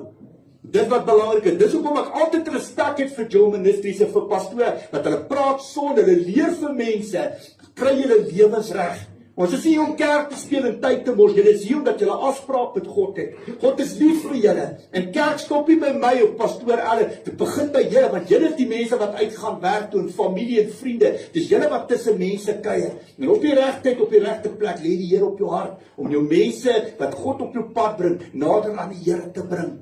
Dis vir God belangrik, julle direkte verteenwoordig, ons spreek nie die woord, wat die Here op ons hart kom sit en kom met verantwoordelikheid. Ons gaan aan my gebed, my begeerte vandag vir elke van julle wat vandag na my luister, is die volgende. 1 Tessalonisense vers 5 tot 23, vers 5, vers 23, skies tog. Mag God wat vrede gee, julle volkome aan hom toegewyd maak, en julle geheel en al na gees, siel en liggaam, dis vlees, so bewaar, dat julle onberispelik sal wees, wanneer ons Here Jesus Christus weer kom. Amen. Alright, nou luister mooi. Kom ons kyk vandag na die Bybel. Luister baie, maar ek gaan vinnig praat. Ek weet ons het in die Bybelse tyd het hulle die hele dag kerk gehou. God wil nie ek moet hierdie losie kykie. Hy wil hê die woord moet afgelewe word. Julle hart is oop. Daar's 'n doel hoekom julle hier is. Kom ons kyk vandag na die Bybel. Kom ons kyk wat groot kanonne in die geloof, soos Johannes die Doper, Jesus Christus, Petrus, Paulus, Johannes, Jakobus en Filippus, ons kom leer het van die egte suiwer evangelie van God. Salomo het gesê, die volgende gesê, Spreuke 28, vers 4 en vers 13. Wie die wet van die Here verontagsaam, praat met lof van goddelose mense. Wie die wet onderhou, beveg hulle. Wie sy sonde wegsteek, moet niks goeds te wagte wees nie. Wie sy sonde bely en daarvan afsien, sal genade ontvang. Amen. That's it. Kom ons gaan aan. Nog 'n skrif van Salomo, Prediker 12, vers 13 en 14. Die slotsom van alles wat jy gehoor het is dit: dien God en gehoorsaam sy gebooie. Dit is wat van die mens gevra word. God sal rekenskap eis oor alles wat gedoen word, ook oor wat in die geheim gedoen word, of dit goed is of kwaad. Hoor vir Johannes die Doper, Markus 1 vers 4 en 5. So het Johannes die Doper in die woestyn opgetree. Hy het verkondig: bekeer julle en laat julle doop en God sal julle sondes vergewe. Die hele landstreek van Judea en al die inwoners van Jerusalem het na hom toe gestroom. Sien dit in jou geestesoog. Wat het hulle daar gedoen? Sien dit in jou geestesoog. Hulle het hulle sondes bely en is deur hom in die Jordaan gedoop. Alright. Baie kerke glo doop net en daar as jy suiwer skoon en daar gaan jy. Dis halwe waarheid. Dis nie die volle waarheid nie. Sondebelydenis en bevryding is kritiek baie belangrik. 2 Korintiërs 7:1. Jy moet geestelik en vleeslik gereinig word. Want daai belofte is daar vir elkeen van ons. Daar's 'n geestelike wêreld en daar's 'n vleeslike wêreld. Baie van ons lewe in die vleeslike wêreld, ons geniet hom. Ons gaan verder aan. Johannes het die volgende gesê, luister mooi, 1 Johannes 1 vers 6, vers 8 en vers 9. As ons beweer dat ons aan hom deel het, jy's 'n deel van Jesus, en ons lewe in duisternis, jy lewe in sonde, lieg ons en handel ons nie volgens die waarheid nie. As ons beweer dat ons nie sonde het nie, bedrieg ons onsself en is die waarheid nie in ons nie. Maar as ons sondes bely, pastoor Allen het dit gesê verlede, maar as ons sondes bely, hy is getrou en regverdig, hy vergewe ons en sondig en reinig ons van alle ongeregtigheid. Dis 'n leefstyl. Sondebely om daagliks te strewe om in die voetspore van Jesus Christus te beweeg. Dis 'n strewe.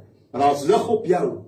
Daar's verantwoordelikheid, daar's kinders wat kyk na jou, ouers, vriende.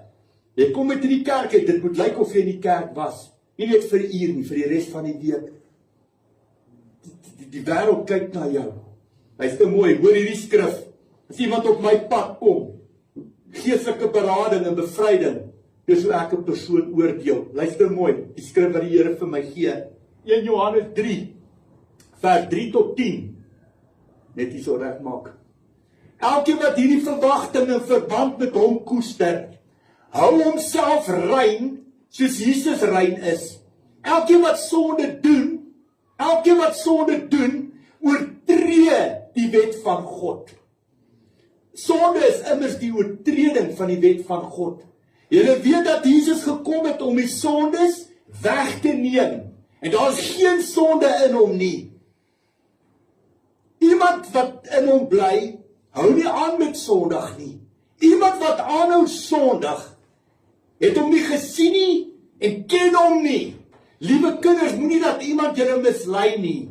Wie regverdig lewe is regverdig soos hy regverdig is.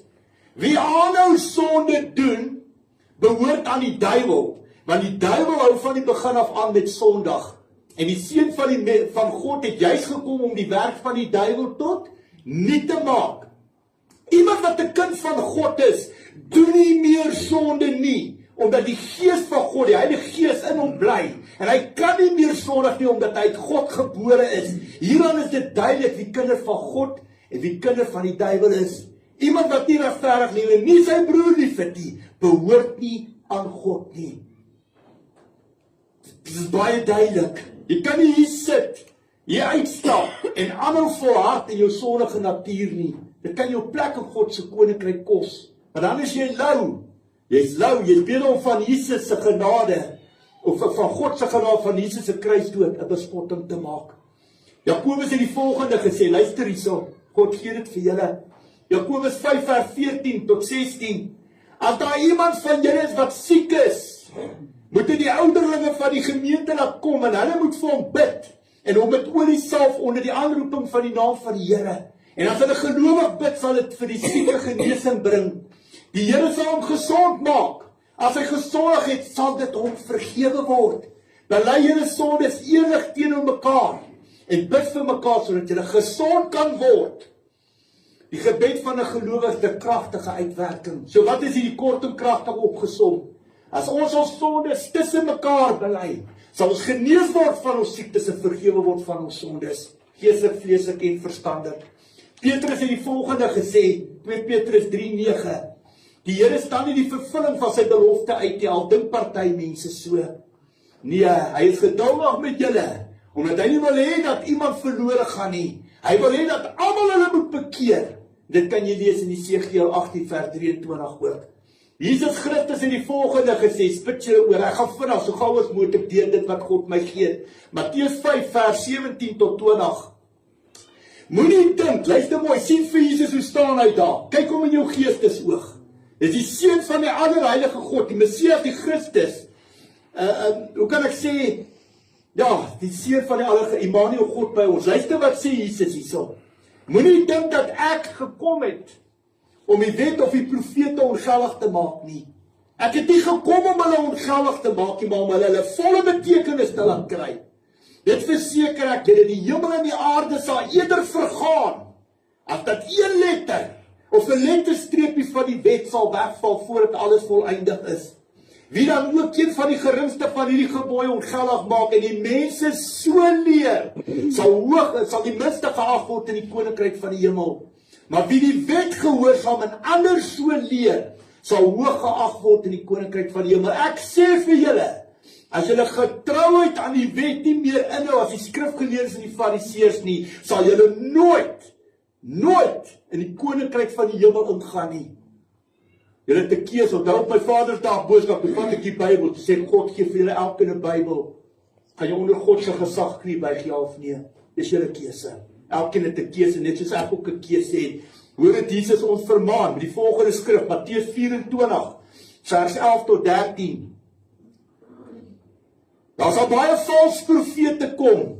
Daar gaan baie geestelike leiers, dominees, pastore kom wat nie opreg is nie, wat nie deur God geroep en bemagtig is nie. Baie van julle luister vandag deur hierdie kamera na my. Hulle luister of hulle in Australië, New Zealand, ek gee nou wie dit waar is, as hulle Afrikaans verstaan, luister wat ek vandag sê. Hoor wat sê die Here hierso. Daar sal baie valse profete kom. Baie van hulle vlieg in jets rond. Terwyl ander mense vandag nie kos op hulle tafels het nie. Baie het nie huise, het nie kombers, het niks. Hierdie mense vlieg met mirages rond. Al die rykdom van die wêreld.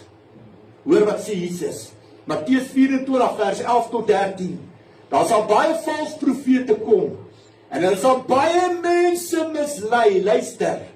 Omdat die minagting van die wet van God sal toeneem, sal die liefde by baie verkoel. Maar waar God nie is, is Satan baas. As jy nie geleer word wat is sonde nie, hoe moet jy dit ryk? Dis hoekom ons hier voor is, dis hoekom daai mense praat, week in en weke, wat hulle leer wat sonde is en wat nie sonde is nie. Dat hulle draai hulle belang op die hart. Ander mense waar nie daaroor, hulle soek net jou geld en jou tiendes. En dit gaan oor eie eer, en mooi jets en mooi karre. Hoor, jy gaan pa staan, as jy hiervoor wil staan. Dit kom met verantwoordelikheid. Maar wie tot die einde toe volhard sal gered word, omdat die minagting van die wet van God sal toeneem. Ons sien dit. Weet jy hoeveel Christene kom by my huis aan, dan weet hulle nie eens wat sonde is nie. Dit is soos 'n klomp skape wat uitmekaar geruk word deur jakkals en wolwe. Maar dit word hulle nie geleer nie. Dis common sense. As jy hierdie goed nie geleer, gaan jy oop oor aan. Maar glo net in Jesus Christus en ons gaan hemel toe. En dit waar die kerke stop. En dis hoekom jy aan hierdie kant sien hoe loof en prys hulle God. En aan die ander kant geniet hulle die wêreld. Lewe hulle in hoerery. En dit is hoe kan hulle, maar julle sal die volgende boodskap hoor op die 16 Augustus. Daar's 'n doel en 'n rede. Hierdie is eintlik 'n groot boodskap wat in twee verdeel is vandag. Dis hoekom die Here wil hê, daar kom volgende keer, die volgende boodskap gaan baie korter wees, want ons het 'n verrassing vir baie mense wat hier sit vandag. Die volgende boodskap. Dis hoekom die Here my bietjie langer laat praat vandag. Johannes 3 vers 16 tot 21. God het die wêreld so lief gehad dat hy sy enigste seun gegee het, sodat die wat in hom glo nie verlore sal gaan nie, maar die ewige lewe sal hê. God het nie sy seun na die wêreld toe gestuur om die wêreld te veroordeel, maar sodat die wêreld deur hom gered kan word. Wie in hom glo, luister mooi. Ons weet van ander gelowe wat glad nie in Jesus Christus glo nie. Hulle glo nie dat hy die Messias, die seun van die allerheilige God is nie. Hoor wat sê die woord hierso, dis vers 18. Sê die woord. Wie in hom glo, word nie veroordeel nie. Wie nie glo nie, is reeds veroordeel omdat hy nie die enigste seun van God glo nie. Kyk sit te match. Jesus is die weg, die waarheid en die lewe, of hulle dit wil hoor of nie. Hy is die weg, want niemand kom na die Vader behalwe deur hom nie. Dis baie ander gelowe, maar daar's net een God. Daar's net een deur na die Vader, en sy naam is Jesus Christus, die seun van die allerheilige God. Nou luister hierso.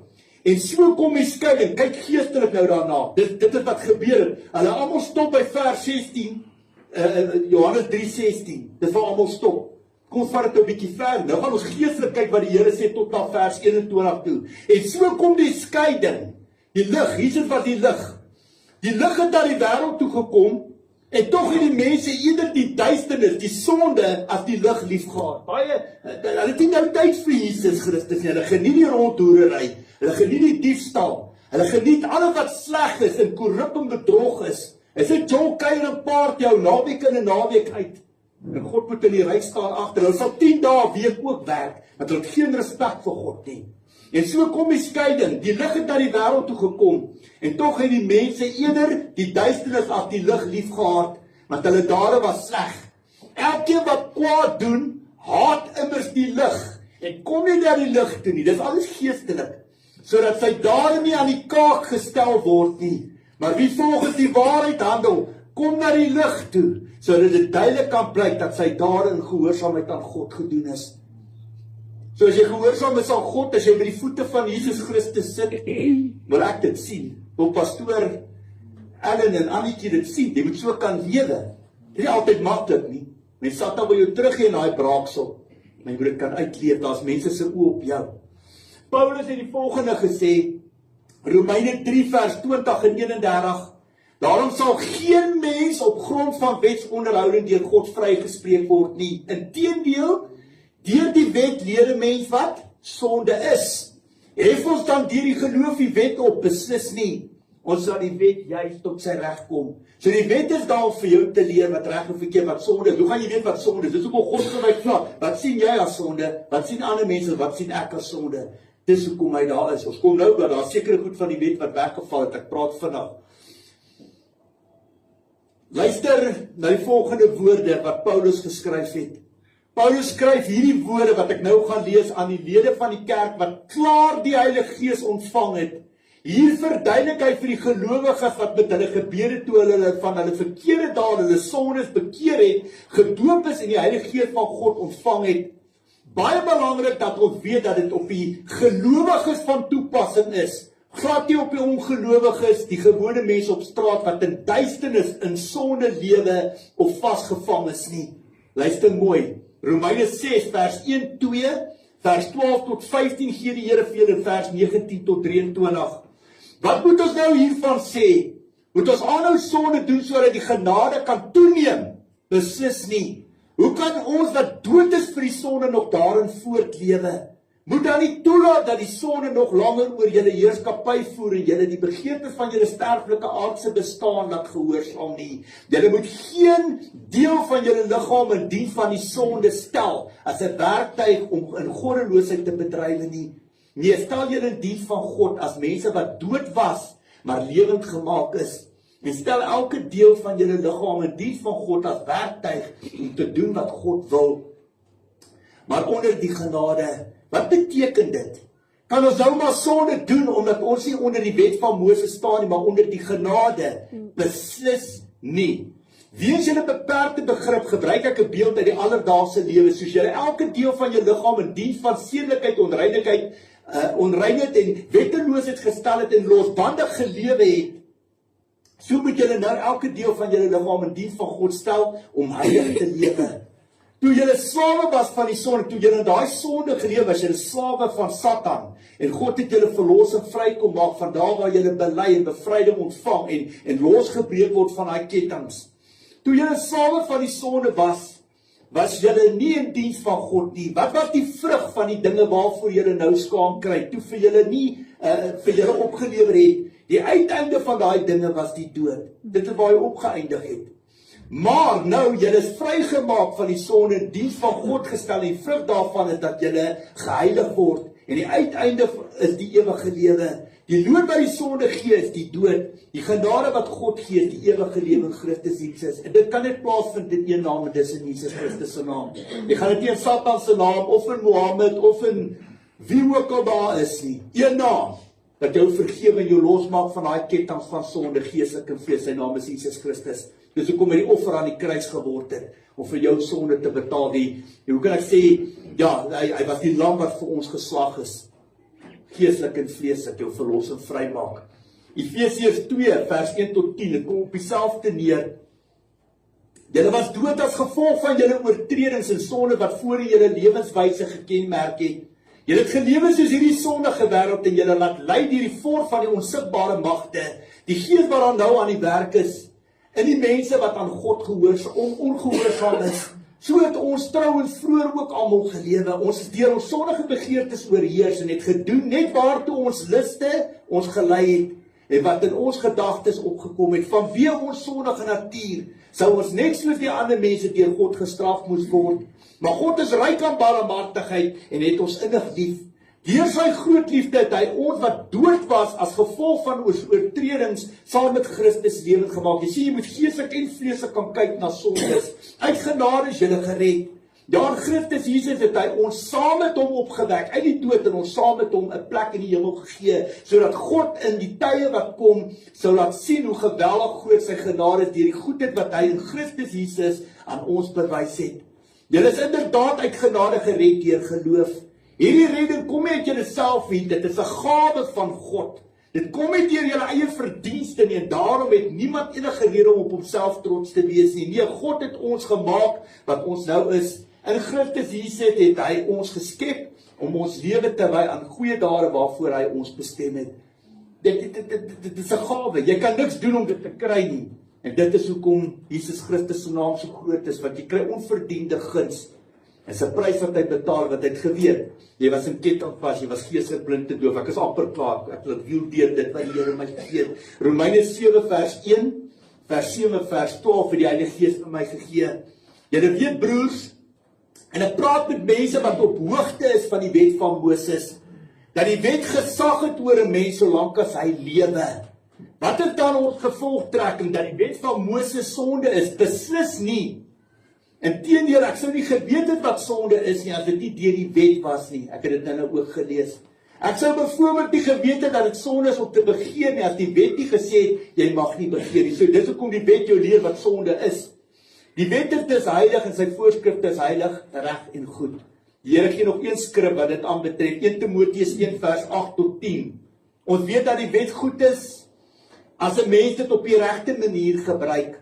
'n Mens moet onthou, dat die wet nie vir wetsgehoorsame bedoel is nie, maar vir mense wat hulle nie aan wet en orde steur nie, goddeloses en sondaars. Mense sonder eerbied vir wat heilig en gewyd is. Die wat vader of moeder doodmaak, moordenaars, ontuchtiges, mense wat homoseksualiteit beoefen, ontvoerders, leenaars, die wat myneed pleeg, of enigiets anders doen, wat met die gesonde leer in stryd is. Dis al hoe jy gaan weet wat die gesonde leer is, as jy jou Bybel ken. En dis hoekom die wet van Moses om vir jou te leer wat reg en verkeerd is. Ek is amper klaar. Almal het gesondig, almal van ons. Ek het ook gesondig voor ek die Here geleer ken het en my sondes by die kruis gaan los het. Bevryding ontvang het, omgedraai het en weggestap het. Julle het dit gehoor op Vaderdag. Ek was omtrent besig. Luister mooi, almal het gesondig, maar word gered deur hulle geloof in Jesus Christus. Deur Jesus se bloed aan die kruis ontvang ons genade. Hy het die lam wat vir ons geslag is. Niemand van ons verdien om gered te word nie. Ons het self teen God gerebelleer en in opstand gekom. Dis absoluut waarheid. Ons wou nie aan God of aan sy woord gehoorsaam wees nie, toe ons in ons sondige lewe gelei het. Romeine 3 vers 23 en 24 staaf en bevestig daai woorde. Almal het gesondig. Ek het nie, en het nie deel aan die heerlikheid van God nie, maar hulle word sonder dat hulle dit verdien, op grond van sy genade vrygespreek vanweë die verlossing deur Jesus Christus. Jy sien, jy moet deur die Heilige Gees gelei word om hierdie skrifte te verstaan. Jy kan dit nie in jou eie kop interpreteer nie. Die Heilige Gees moet vir jou die uitsetting gee. Maar daar's 'n groot verskil as jy iemand kry wat langs jou staan wat die Heilige Gees se stem kan hoor en iemand wat dit nie kan hoor nie, dan lees hy die Bybel en ek lees die Bybel. Daar's 'n groot verskil hoe hy die woord gaan interpreteer en hoe ek die woord kan interpreteer deur die stem van die Heilige Gees. Dis twee verskillende dinge. 2 Korintiërs 7:1 Geliefdes, hierdie beloftes is ook vir ons. Laat ons dan reinig van alles wat liggaam, dis vlees en gees verontreinig en ons gehoorsaamheid aan God volkome aan hom toewy. 1 Korintiërs 15 vers 34 gee die Heilige Gees ook vir julle. Kom tot besinning. Hy moenie langer sonde doen nie. Party van julle is sonder kennis van God. Dit sê ek tot julle skande. Jy kan nie jouself 'n Christen, 'n gelowige noem, terwyl jy in sondes bly lewe of volhard nie. Jy kan nie vir almal vertel jy's hard op pad hemel toe terwyl jy van God se genade en van Jesus se kruisdood 'n bespotting maak nie. Dan is jy vals. Jy skyn heilig, jy's 'n hipokrit, jy's lou en jy staan op die punt, op die grenslyn om deur God uitgespoeg te word. Luister mooi. Jesus het vir ons almal geleer dat Jesus het vir ons almal geleer dat op die dag van oordeel sal daar 'n geween en 'n geknar van tande wees. Jesus kon nie lieg nie. Hy het 100% geweet wat kom.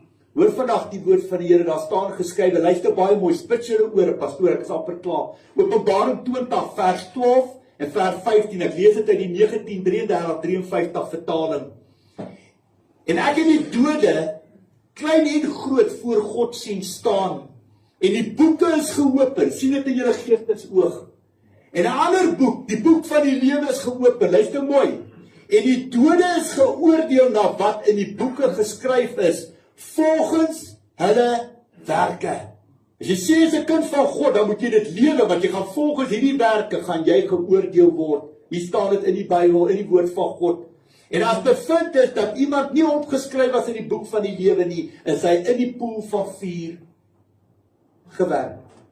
Geloof gaan gepaard met dade. As jy sê jy glo in Jesus Christus, moet jou dade dit vir ons verduidelik, dit moet vir ons wys, jy moet kan vrugte dra van iemand wat sê, ek het Jesus Christus lewe binne my, jy is 'n direkte verteenwoordiger van God se koninkryk. Geloof gaan gepaard met dade, en dade gaan gepaard met geloof. Jakobus 2 vers 14 tot 26. Wat help dit? My broers, as iemand beweer dat hy glo, maar sy dade bevestig dit nie, kan so geloof 'n mens red? Sê nou daar is 'n broer of 'n suster wat nie klere het nie, en dag vir dag honger ly, en sê nou een van julle sou vir hulle sê, mag dit met julle goed gaan trek julle warm aan, en eet genoeg, maar julle gee nie vir hulle wat hulle nodig het om te lewe nie. Wat help dit dan? So gaan dit ook met die geloof, as dit nie tot dade oorgaan nie, is dit sonder meer dood. Maar iemand kan miskien sê, die een het die geloof, en die ander een het die dade. Goed, wys dan vir my jou geloof, wat sonder dade is, en ek sal my geloof vir jou wys, uit my dade. Glo dat daar net een God is. Dit is reg, die bose geeste groot ook, en hulle sit er van angs. Jou dwaas, wil jy bewys hê dat geloof sonder dade nutteloos is?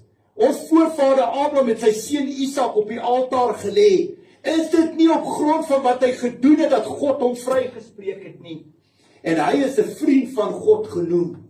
Julle sien dus dat 'n mens vrygespreek word op grond van sy dade, en nie net op grond van sy geloof nie. Is Rahab die prostituut nie ook vrygespreek op grond van wat sy gedoen het, toe sy die verkenners weggesteek het, en hulle met 'n ander pad laat omkom het nie? 'n liggaam, luister mooi, 'n liggaam wat nie asemhaal nie, is dood. So is die geloof, wat nie oorgaan tot dade nie, ook dood. As jy sê jy glo in Jesus Christus, wil ek dit sien. Jy moet kan dade dra, jy moet kan vrug dra, jy moet vir ons kan wys, hoe lyk Jesus Christus, want jy's 'n direkte verteenwoordiger van hom. Jy kan nie sy naam in oneer bring nie. Almal van ons het huiswerk. Dis hoekom die Here hierdie skrifte vir my gee. Ek is amper klaar, praat vinnig. Galasiërs 5 vers 13. Julle broers, julle is tot vryheid geroep. Moet net nie julle vryheid misbruik as 'n verskoning om sonde te doen nie, maar dien mekaar in liefde.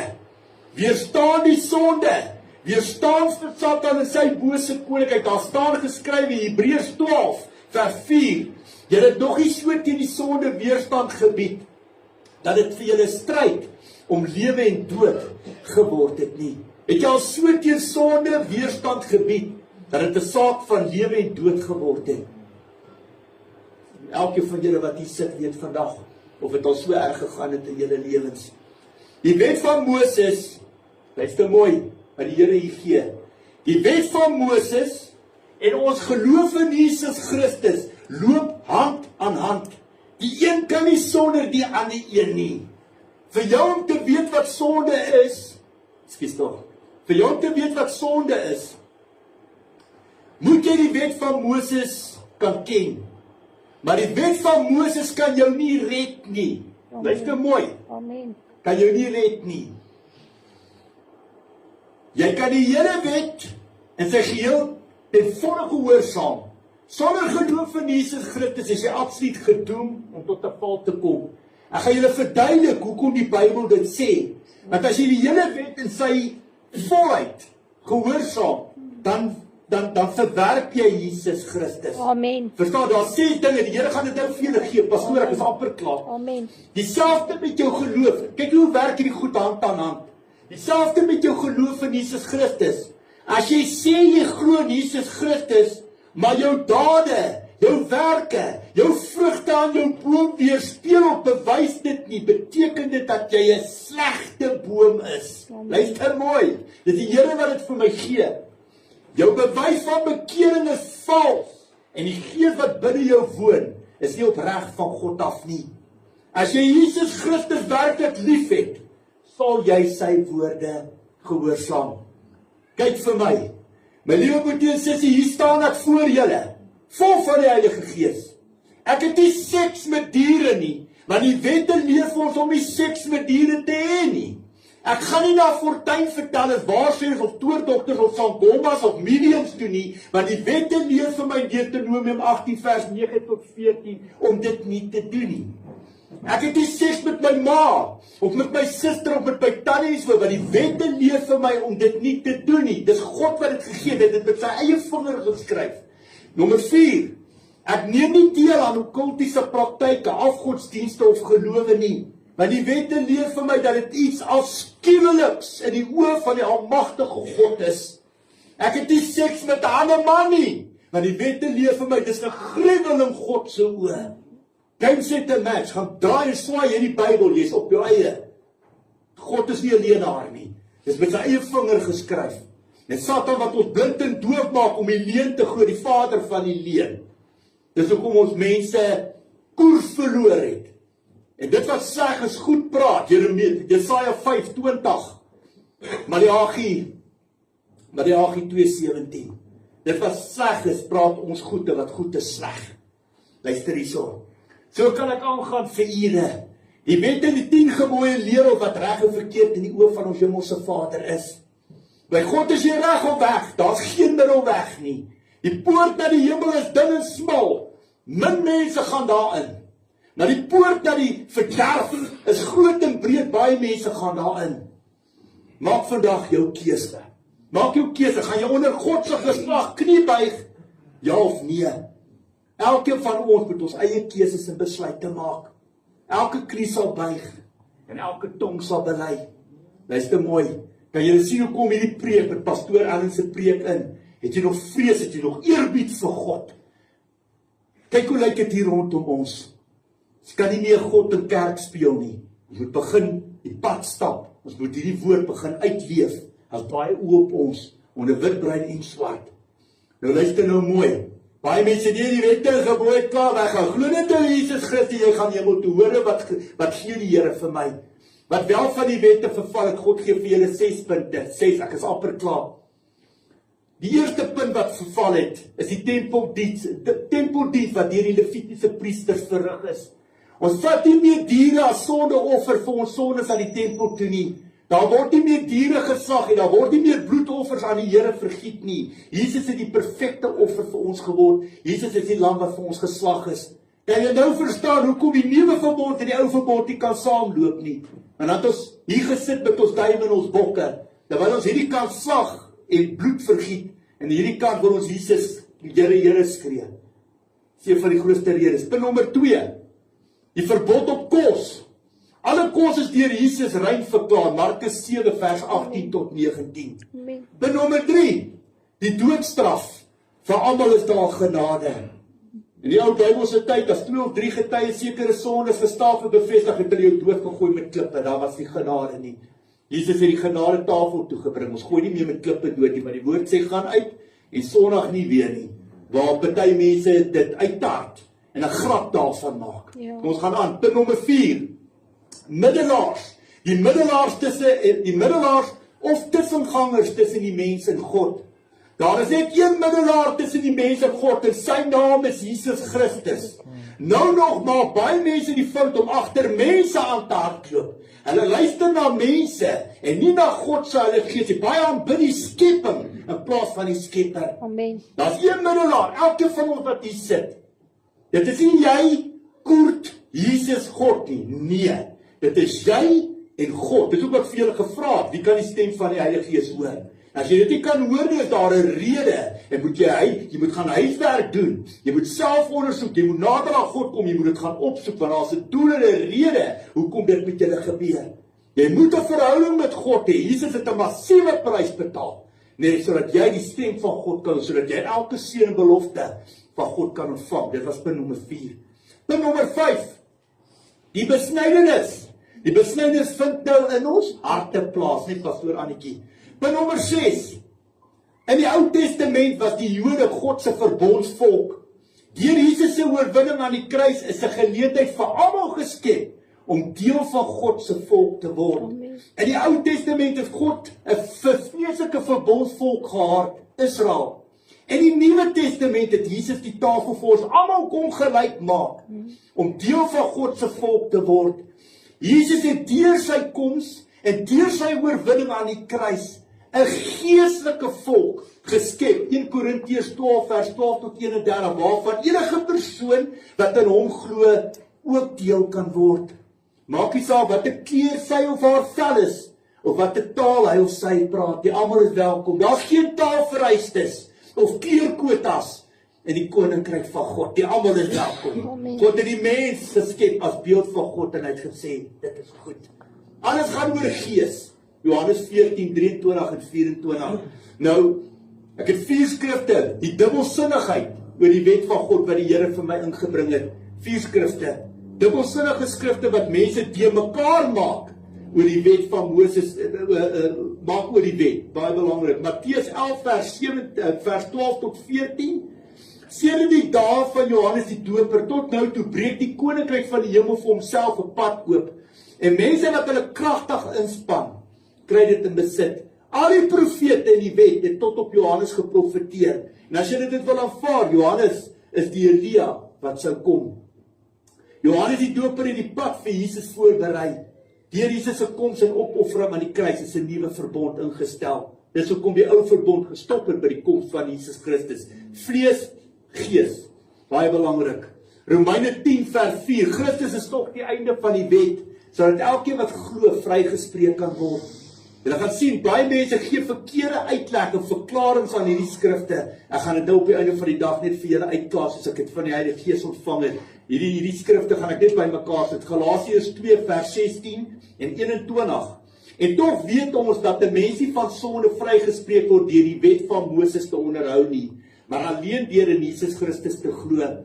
Ook ons het tot die geloof van Christus Jesus gekom en dit is hoe ons vrygespreek is, deur in Christus te glo, nie deur die wet te onderhou nie, want geen mens word vrygespreek op grond daarvan dat hy die wet onderhou nie. Ek verwerp nie die genade van God nie. As 'n mens vrygespreek kon word op grond daarvan dat hy die wet onderhou, sou dit immers beteken dat Christus verniet gesterf het.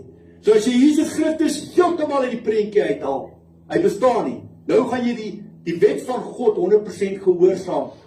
Daai bloedoffers kan jou nie vergewe en jou verlosser vrymaak van die sondes wat tot die dood toe lei nie. Daarvoor het 2 of 3 getuies, as dit gestaaf en bevestig het, hulle dood gegooi met klippe. Daar was nie genade vir jou nie. En dit wat Jesus Christus so groot maak, die volgende boodskap sal meer daaroor geopenbaar. Ek is amper klaar. Galasiërs 3 vers 2, vers 3, vers 5, vers 10 tot 13 en vers 21 tot 24. Hierdie skrifte wat ek van God se Heilige Gees ontvang, dis nie goed wat ek uit my mond uitsuig nie. Dit is goed wat ek van die Heilige Gees af ontvang het. Net een ding wat ek vandag, net een ding wat ek van julle weet. Het julle die Heilige Gees ontvang deur die wet van Moses te onderhou of deur die evangelie te glo? Is julle dan so sonder begrip? Julle het met die Gees, met die Heilige Gees begin, waar julle nou in 'n eie krag eindig. Hy wat julle met die Heilige Gees toerus en kragtig onder julle werk, doen hy dit omdat julle die wet onderhou of omdat julle die evangelie glo. Maar almal wat staat maak op die onderhouding van die wet, val onder die vloek. Want daar staan geskrywe, daar is 'n vloek op elkeen wat nie stiptelik alles doen wat in die boek van die wet geskrywe staan nie. En dat niemand op grond van die wet deur God vrygespreek word nie, duidelik, want hy wat deur God vrygespreek omdat hy glo, sal lewe. By die wet gaan dit egter nie om die geloof nie, maar om die daad, want daar staan geskrywe, hy wat doen wat die wet sê, sal daardeur lewe. Christus het ons losgekoop van die vloek wat die wet meebring, deur in ons plekke vervloekte te word. Daar staan naamlik geskrywe, vervloek is elkeen wat aan 'n hout opgehang is. Wil dit nou sê dat die wet van Moses in stryd is met die beloftes van God? Beslis nie. As 'n wet gegee wat in staat was om die ware lewe te skenk, sou 'n mens inderdaad vrygespreek kon word op grond daarvan dat hy die wet onderhou. Maar volgens die skrif is die hele wêreld vasgevang in die greep van sonde. Die belofte word dus vir die gelowiges vervul alleen op grond van die geloof in Jesus Christus. Nie in Satan nie, nie in Boeddha nie, nie in Mohammed nie, in Jesus Christus. Daar's een naam, een geloof wat jou verlosser vrymaak van die sondes. En dis hoekom ander gelowe, mense wat in ander geloof, wat in hulle God glo, hulle nie kan skoon was geestelik en vleeslik van die sondes waarin hulle lewe en waarin hulle vasgevang is nie. Voordat hierdie geloof gekom het, is ons deur die wet gevang gehou en bewaak totdat die tyd van die geloof sou aanbreek. Ons was dus onder die toesig van die wet totdat Christus sou kom, sodat ons deur te glo vrygespreek sou word. Galasiërs 4 vers 3 tot 7, dan gaan ek die uitklaring vir julle gee van dit wat ek so pas gelees het. En so is dit ook met ons. Toe ons nog geestelik onmondig was ons slawe van wettiese godsdienstige reëls. Maar toe die tyd wat God daarvoor bepaal het aangebreek het, het hy sy seun gestuur. Hy is uit 'n vrou gebore en van sy geboorte af was hy aan die wet onderworpe, om ons wat aan die wet onderworpe was, los te koop, sodat ons as kinders van God aangeneem kon word. En omdat ons sy kinders is, het God die Gees, die Heilige Gees van sy seun in ons harte gestuur. En in ons roep hy uit, Abba. Dit beteken Vader. Jy is dis nie meer 'n slaaf nie, jy is nou kind van God. En omdat jy sy kind is, het God jou ook sy erfgenaam gemaak. Nou klaar. Hier is die uitklaring, die betekenis van die bogenoemde skrifte. Luister mooi wat die Heilige Gees vir my gegee het. Dit is absoluut die waarheid. Jy kan nie die wet van Moses 100% gehoorsaam en in Jesus Christus glo nie. Want in die wet van Moses was sekere sondes nie vergeefbaar nie. Dit was dadelik strafbaar met die dood. Daar was geen genade nie. Verstaan my, dis klaar waar die twee met mekaar bots. Okay. Nog 'n bewys dat jy nie die wet van Moses 100% kan gehoorsaam en in Jesus Christus glo nie, is die tempeldiens waar diereoffers gebring word tot vergewing van sondes in jou lewe. Jesus is die perfekte offer as lam van God aan die kruis. Geestelik, lam. Hy was 'n lam daar, hy was nie 'n lam in vleeslike oë maar in gees. Alles gaan oor gees. God wil hê jy moet alles in gees evalueer. Deur sy bloed is die nuwe verbond beseël. Deur hom terug te beweeg na die ou verbond toe, verwerp jy dadelik die geestelike opoffering van Jesus aan die kruis tot vergewing van sondes. Jy moet geestelik en vleeslik kan kyk daarna. Jesus het God se koninkryk aarde toe gebring. God is gees, ons moet God in gees en in waarheid aanbid en dien. Die wet van Moses het gesag oor jou, tot daar waar die genade van God jou vrymaak, van die geestelike reg wat Satan oor jou lewe gehad het, deur die sondige natuur in jou lewe. Jy gaan dit baie beter verstaan met die tweede boodskap, dan gaan jy verstaan hoekom hierdie woord dit sê. As jy opreg die sonde bely met mond en hart, word die sonde jou vergewe, maar die woord sê, gaan uit en sondig nie meer nie. Wat gebeur as jy weer terugval in dieselfde sonde? Matteus 12:43 tot 45, dan kom die demoon terug, alles geestelik, en hy bring 7 slegters saam met hom. Volle wetsonderhouding kan jou nie 'n plek in die ewige koninkryk gee nie. Jy moet in Jesus Christus kan glo om gered en verlos te kan word. Jy moet geestelik kan kyk daarna. Dit is waar lig en duisternis, geestelik. Jy moet geestelik kyk. Dit is waar dit geskei word. Jesus en sy koninkryk is die lig, Satan en sy koninkryk is die sonde, die duisternis.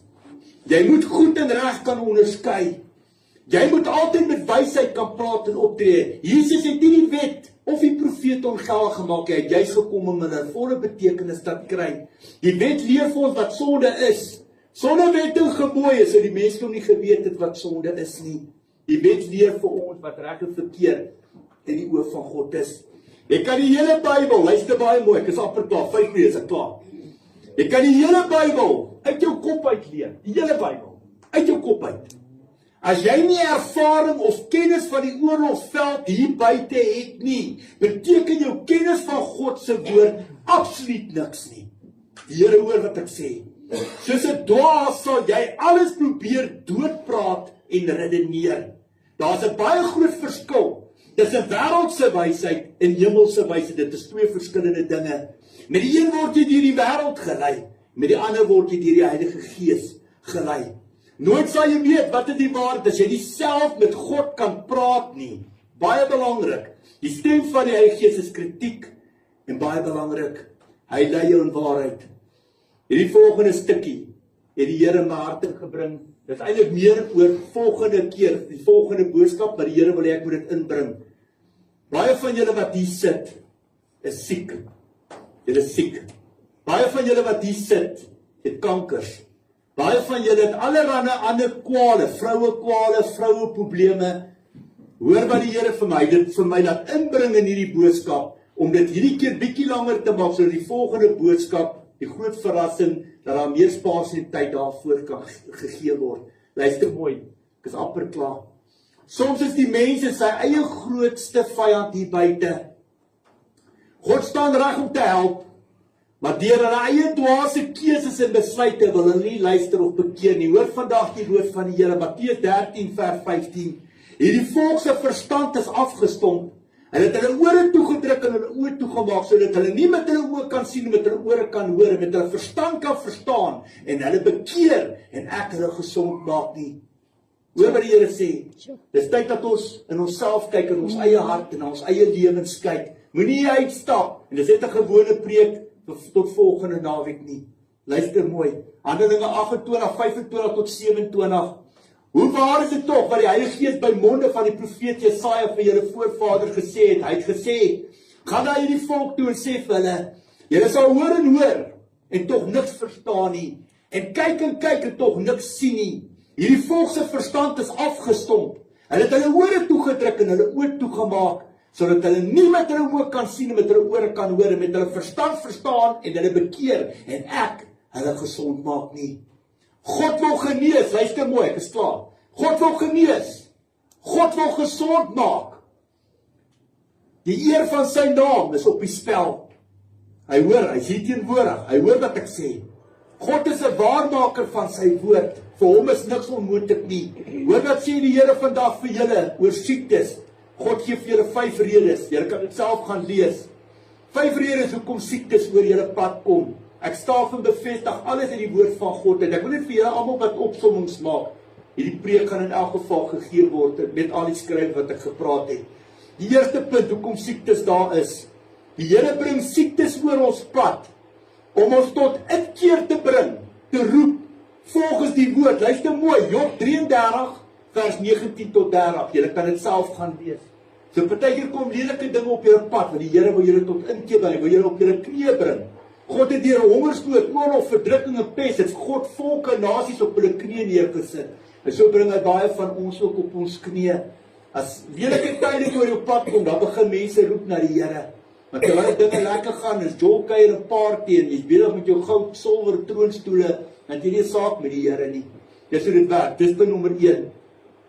God bring siektes oor julle pad om julle tot inkeer te bring. Dis punt nommer 1 wat die Here gee. Punt nommer 2. Deur sondes in jou lewe, jou eie of jou bloedlyne, kla Satan ons aan in die troonkamer vir ongehoorsaamheid en eis hy geestelike regte op oor ons lewens volgens die woord. Job 1 vers 6 tot 12 en Job 2 vers 1 tot 7. Alright, die Here kan ons nie beskerm as ons buite die voorskrifte en bepaling van sy woord lewe nie. Die Here kan ons nie beskerm as ons buite ons gesag en autoriteit optree nie. Die Here kan ons ook nie beskerm as ons self onder sy beskermingsvlerk van God uitbeweeg nie. Die Here het nie witbroodjies nie. Hy is ook nie aannemer van 'n persoon nie. Net omdat ons sê ons is kinders van die Here beteken glad nie dat hy ons kant sal kies nie. God is 'n regverdige God, 'n regverdige regter. Ons moet die Bybel onvoorwaardelik kan gehoorsaam. Dit is ons fondament, riglyn en kompas om die ewige lewe te behaal. Dit was punt nommer 2. Punt nommer 3. Deur die soms is siektes, gebreke en kwale dae, dis baie belangrik. Luister mooi wat die Here hier vir my gee, want ek gaan nou julle vorentoe roep. Luister mooi.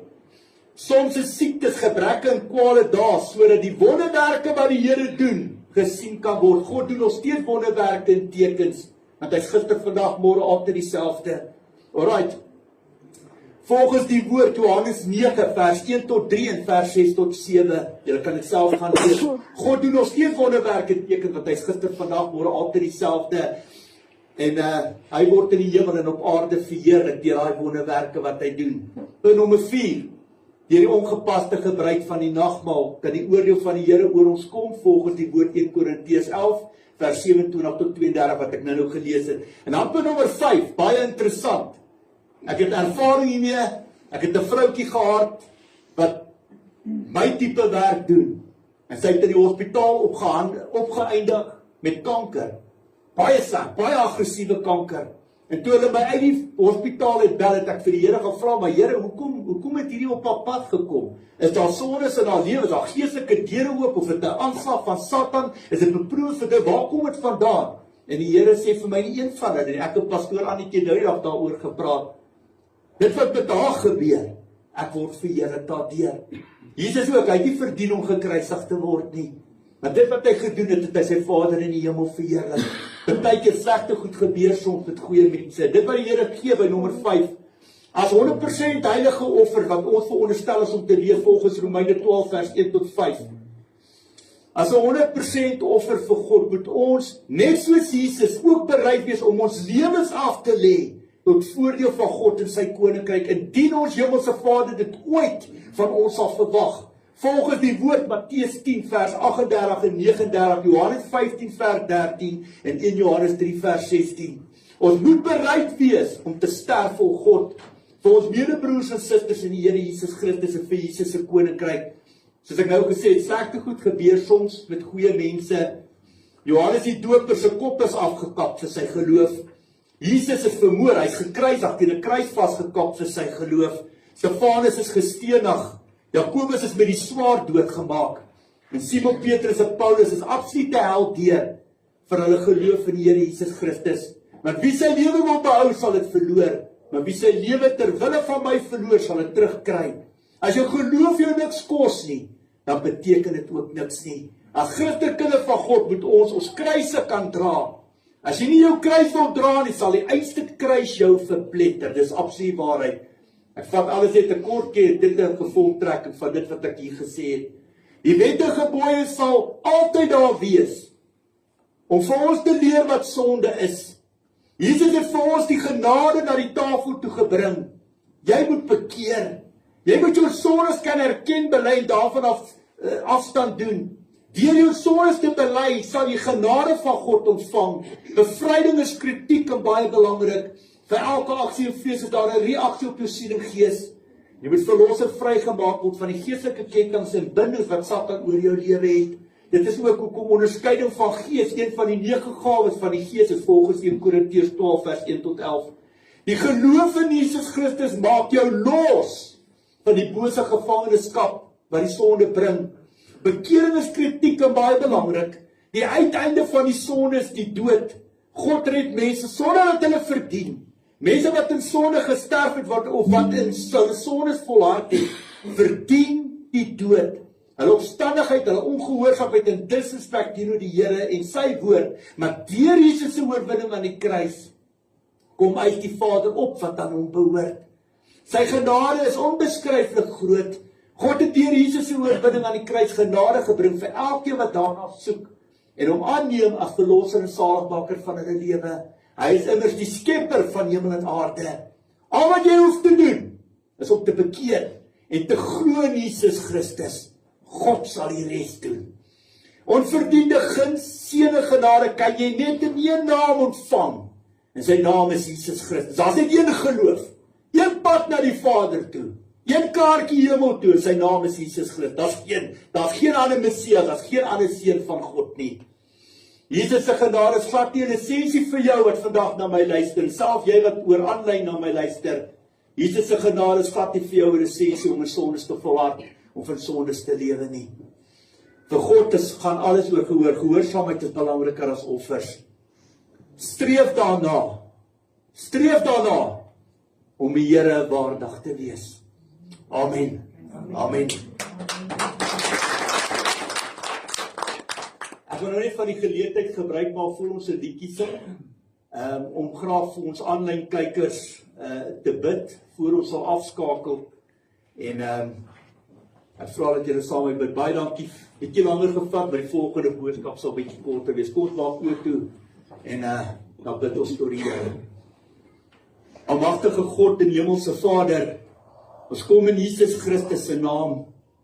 Almagtige God, U sê in Efesiërs 6:18 dat ons moet bid vir mekaar, dat ons moet bid vir die geloof, ons moet bid vir ons medebroers en susters. En Here, dis wat ek doen.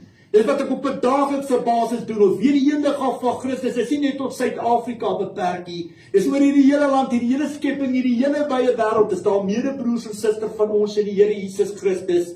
En as 'n bag op die muur sien ek daagliks hoe baie van my medebroers en susters vervolg word bespot word, selfs doodgemaak word in lande soos Nigerië, Mosambiek, China, Noord-Korea. Ons sien hierdie absolute vervolging van die Christen geloof. En natuurlik die Bybel wat die woord van God is, die egte suiwer woord, die swaard in die gees. Ons sien hoe word ons koning, ons verlosser en saligmaker, Jesus Christus, hoe word hy beledig, sy naam beledig, bespot, uitgetat, gelaster. Ja, Here, ons sien ook hoe baie van ons medebroers en susters die beproewings en verdrukking op die oomblik gaan. As 'n wag op die mure, herinner ek u daagliks aan al die beloftes in die woord. Dit is my gebed in Jesus Christus se naam. Dat Vader, as dit u wil dat die engele sal uitsteen, na elke medebroer en suster van my en die Here Jesus Christus wat, ja Here, wat wag op die mure in ons lewens sal weet, wat sal toesien dat ons volgens 1 Korintiërs 10:13 nie buite ons vermoë ons kragte beproef word. U gee vir ons 'n uitkoms. En daai uitkoms is Jesus Christus, die bloed, die kruis, die naam van Jesus is teen Satan en sy hele bose koninkryk. My gebed vandag is dat elke smeekgebed, elke hulpgeroep, elke traan van my medebroers en susters, nie net die wat hier sit nie, maar self die wat vandag na ons geluister het aanlyn, waar hulle self ook al bevind, dat hier daai smeekgebede, daai hulpgeroep, daai traan is nie net sal aanhoor nie, maar ook sal verhoor. En dat hulle sal seën, almal van hulle met wysheid, insig, kennis en krag. Dat hulle die wedloop sal voltooi, die oorwinning behaal en absoluut triomfeer oor al die vyande wat ons val soek. Ja, Here, Satan en sy hele bose koninkryk met elke vesting, dat ons oor hulle sal triomfeer en dat U almagtige hemelse God en Vader bo alles en almal daardeur verheerlik sal word. Ek bid vir die mense aan die aanlyn kykers aan die ander kant. Seën hulle, bless hulle, versterk hulle, maak hulle paai hulle weer gelyk. Alles tot lof en eer van U koninkryk. Rig hulle op, Here. Wees U die vuur en die wolkkolom in hulle gees en hulle harte. Trek hulle na U toe. Rig hulle op, bring hulle hier na die huis toe, Here. Hier waar die gemeenskap van die heiligheid bymekaar. Gee hulle daai begeertes om nog nader aan U te kom. Soos ek gesê het, Here, dit stop nie hier met die boodskap nie. Dit is wat hierna gebeur, wat saak maak en U word verheerlik en dis al wat saak maak. Ek prys U vir die voorreg. Dankie, Here, dat U altyd my gebede verhoor. Johannes 9:31, U verhoor die gebed van 'n sondaar nie. U verhoor die gebed van 'n regverdige. Alle lof en eer gee ek vandag aan U. Minder van myself, meer van U. En saam met die engele in die hemel sing ons en loof en prys ons U naam. Aan U kom al die lof en eer toe, ook aan ons broer, ons koning Jesus Christus, hom aan wie U volle heerskappy gegee het in die hemel op aarde. Hy wat waardig is om die boek oop te maak. Hy wat is en wat was en wat kom. Aan hom en om hom alleen gee ons die lof en eer in Jesus Christus se naam. Amen.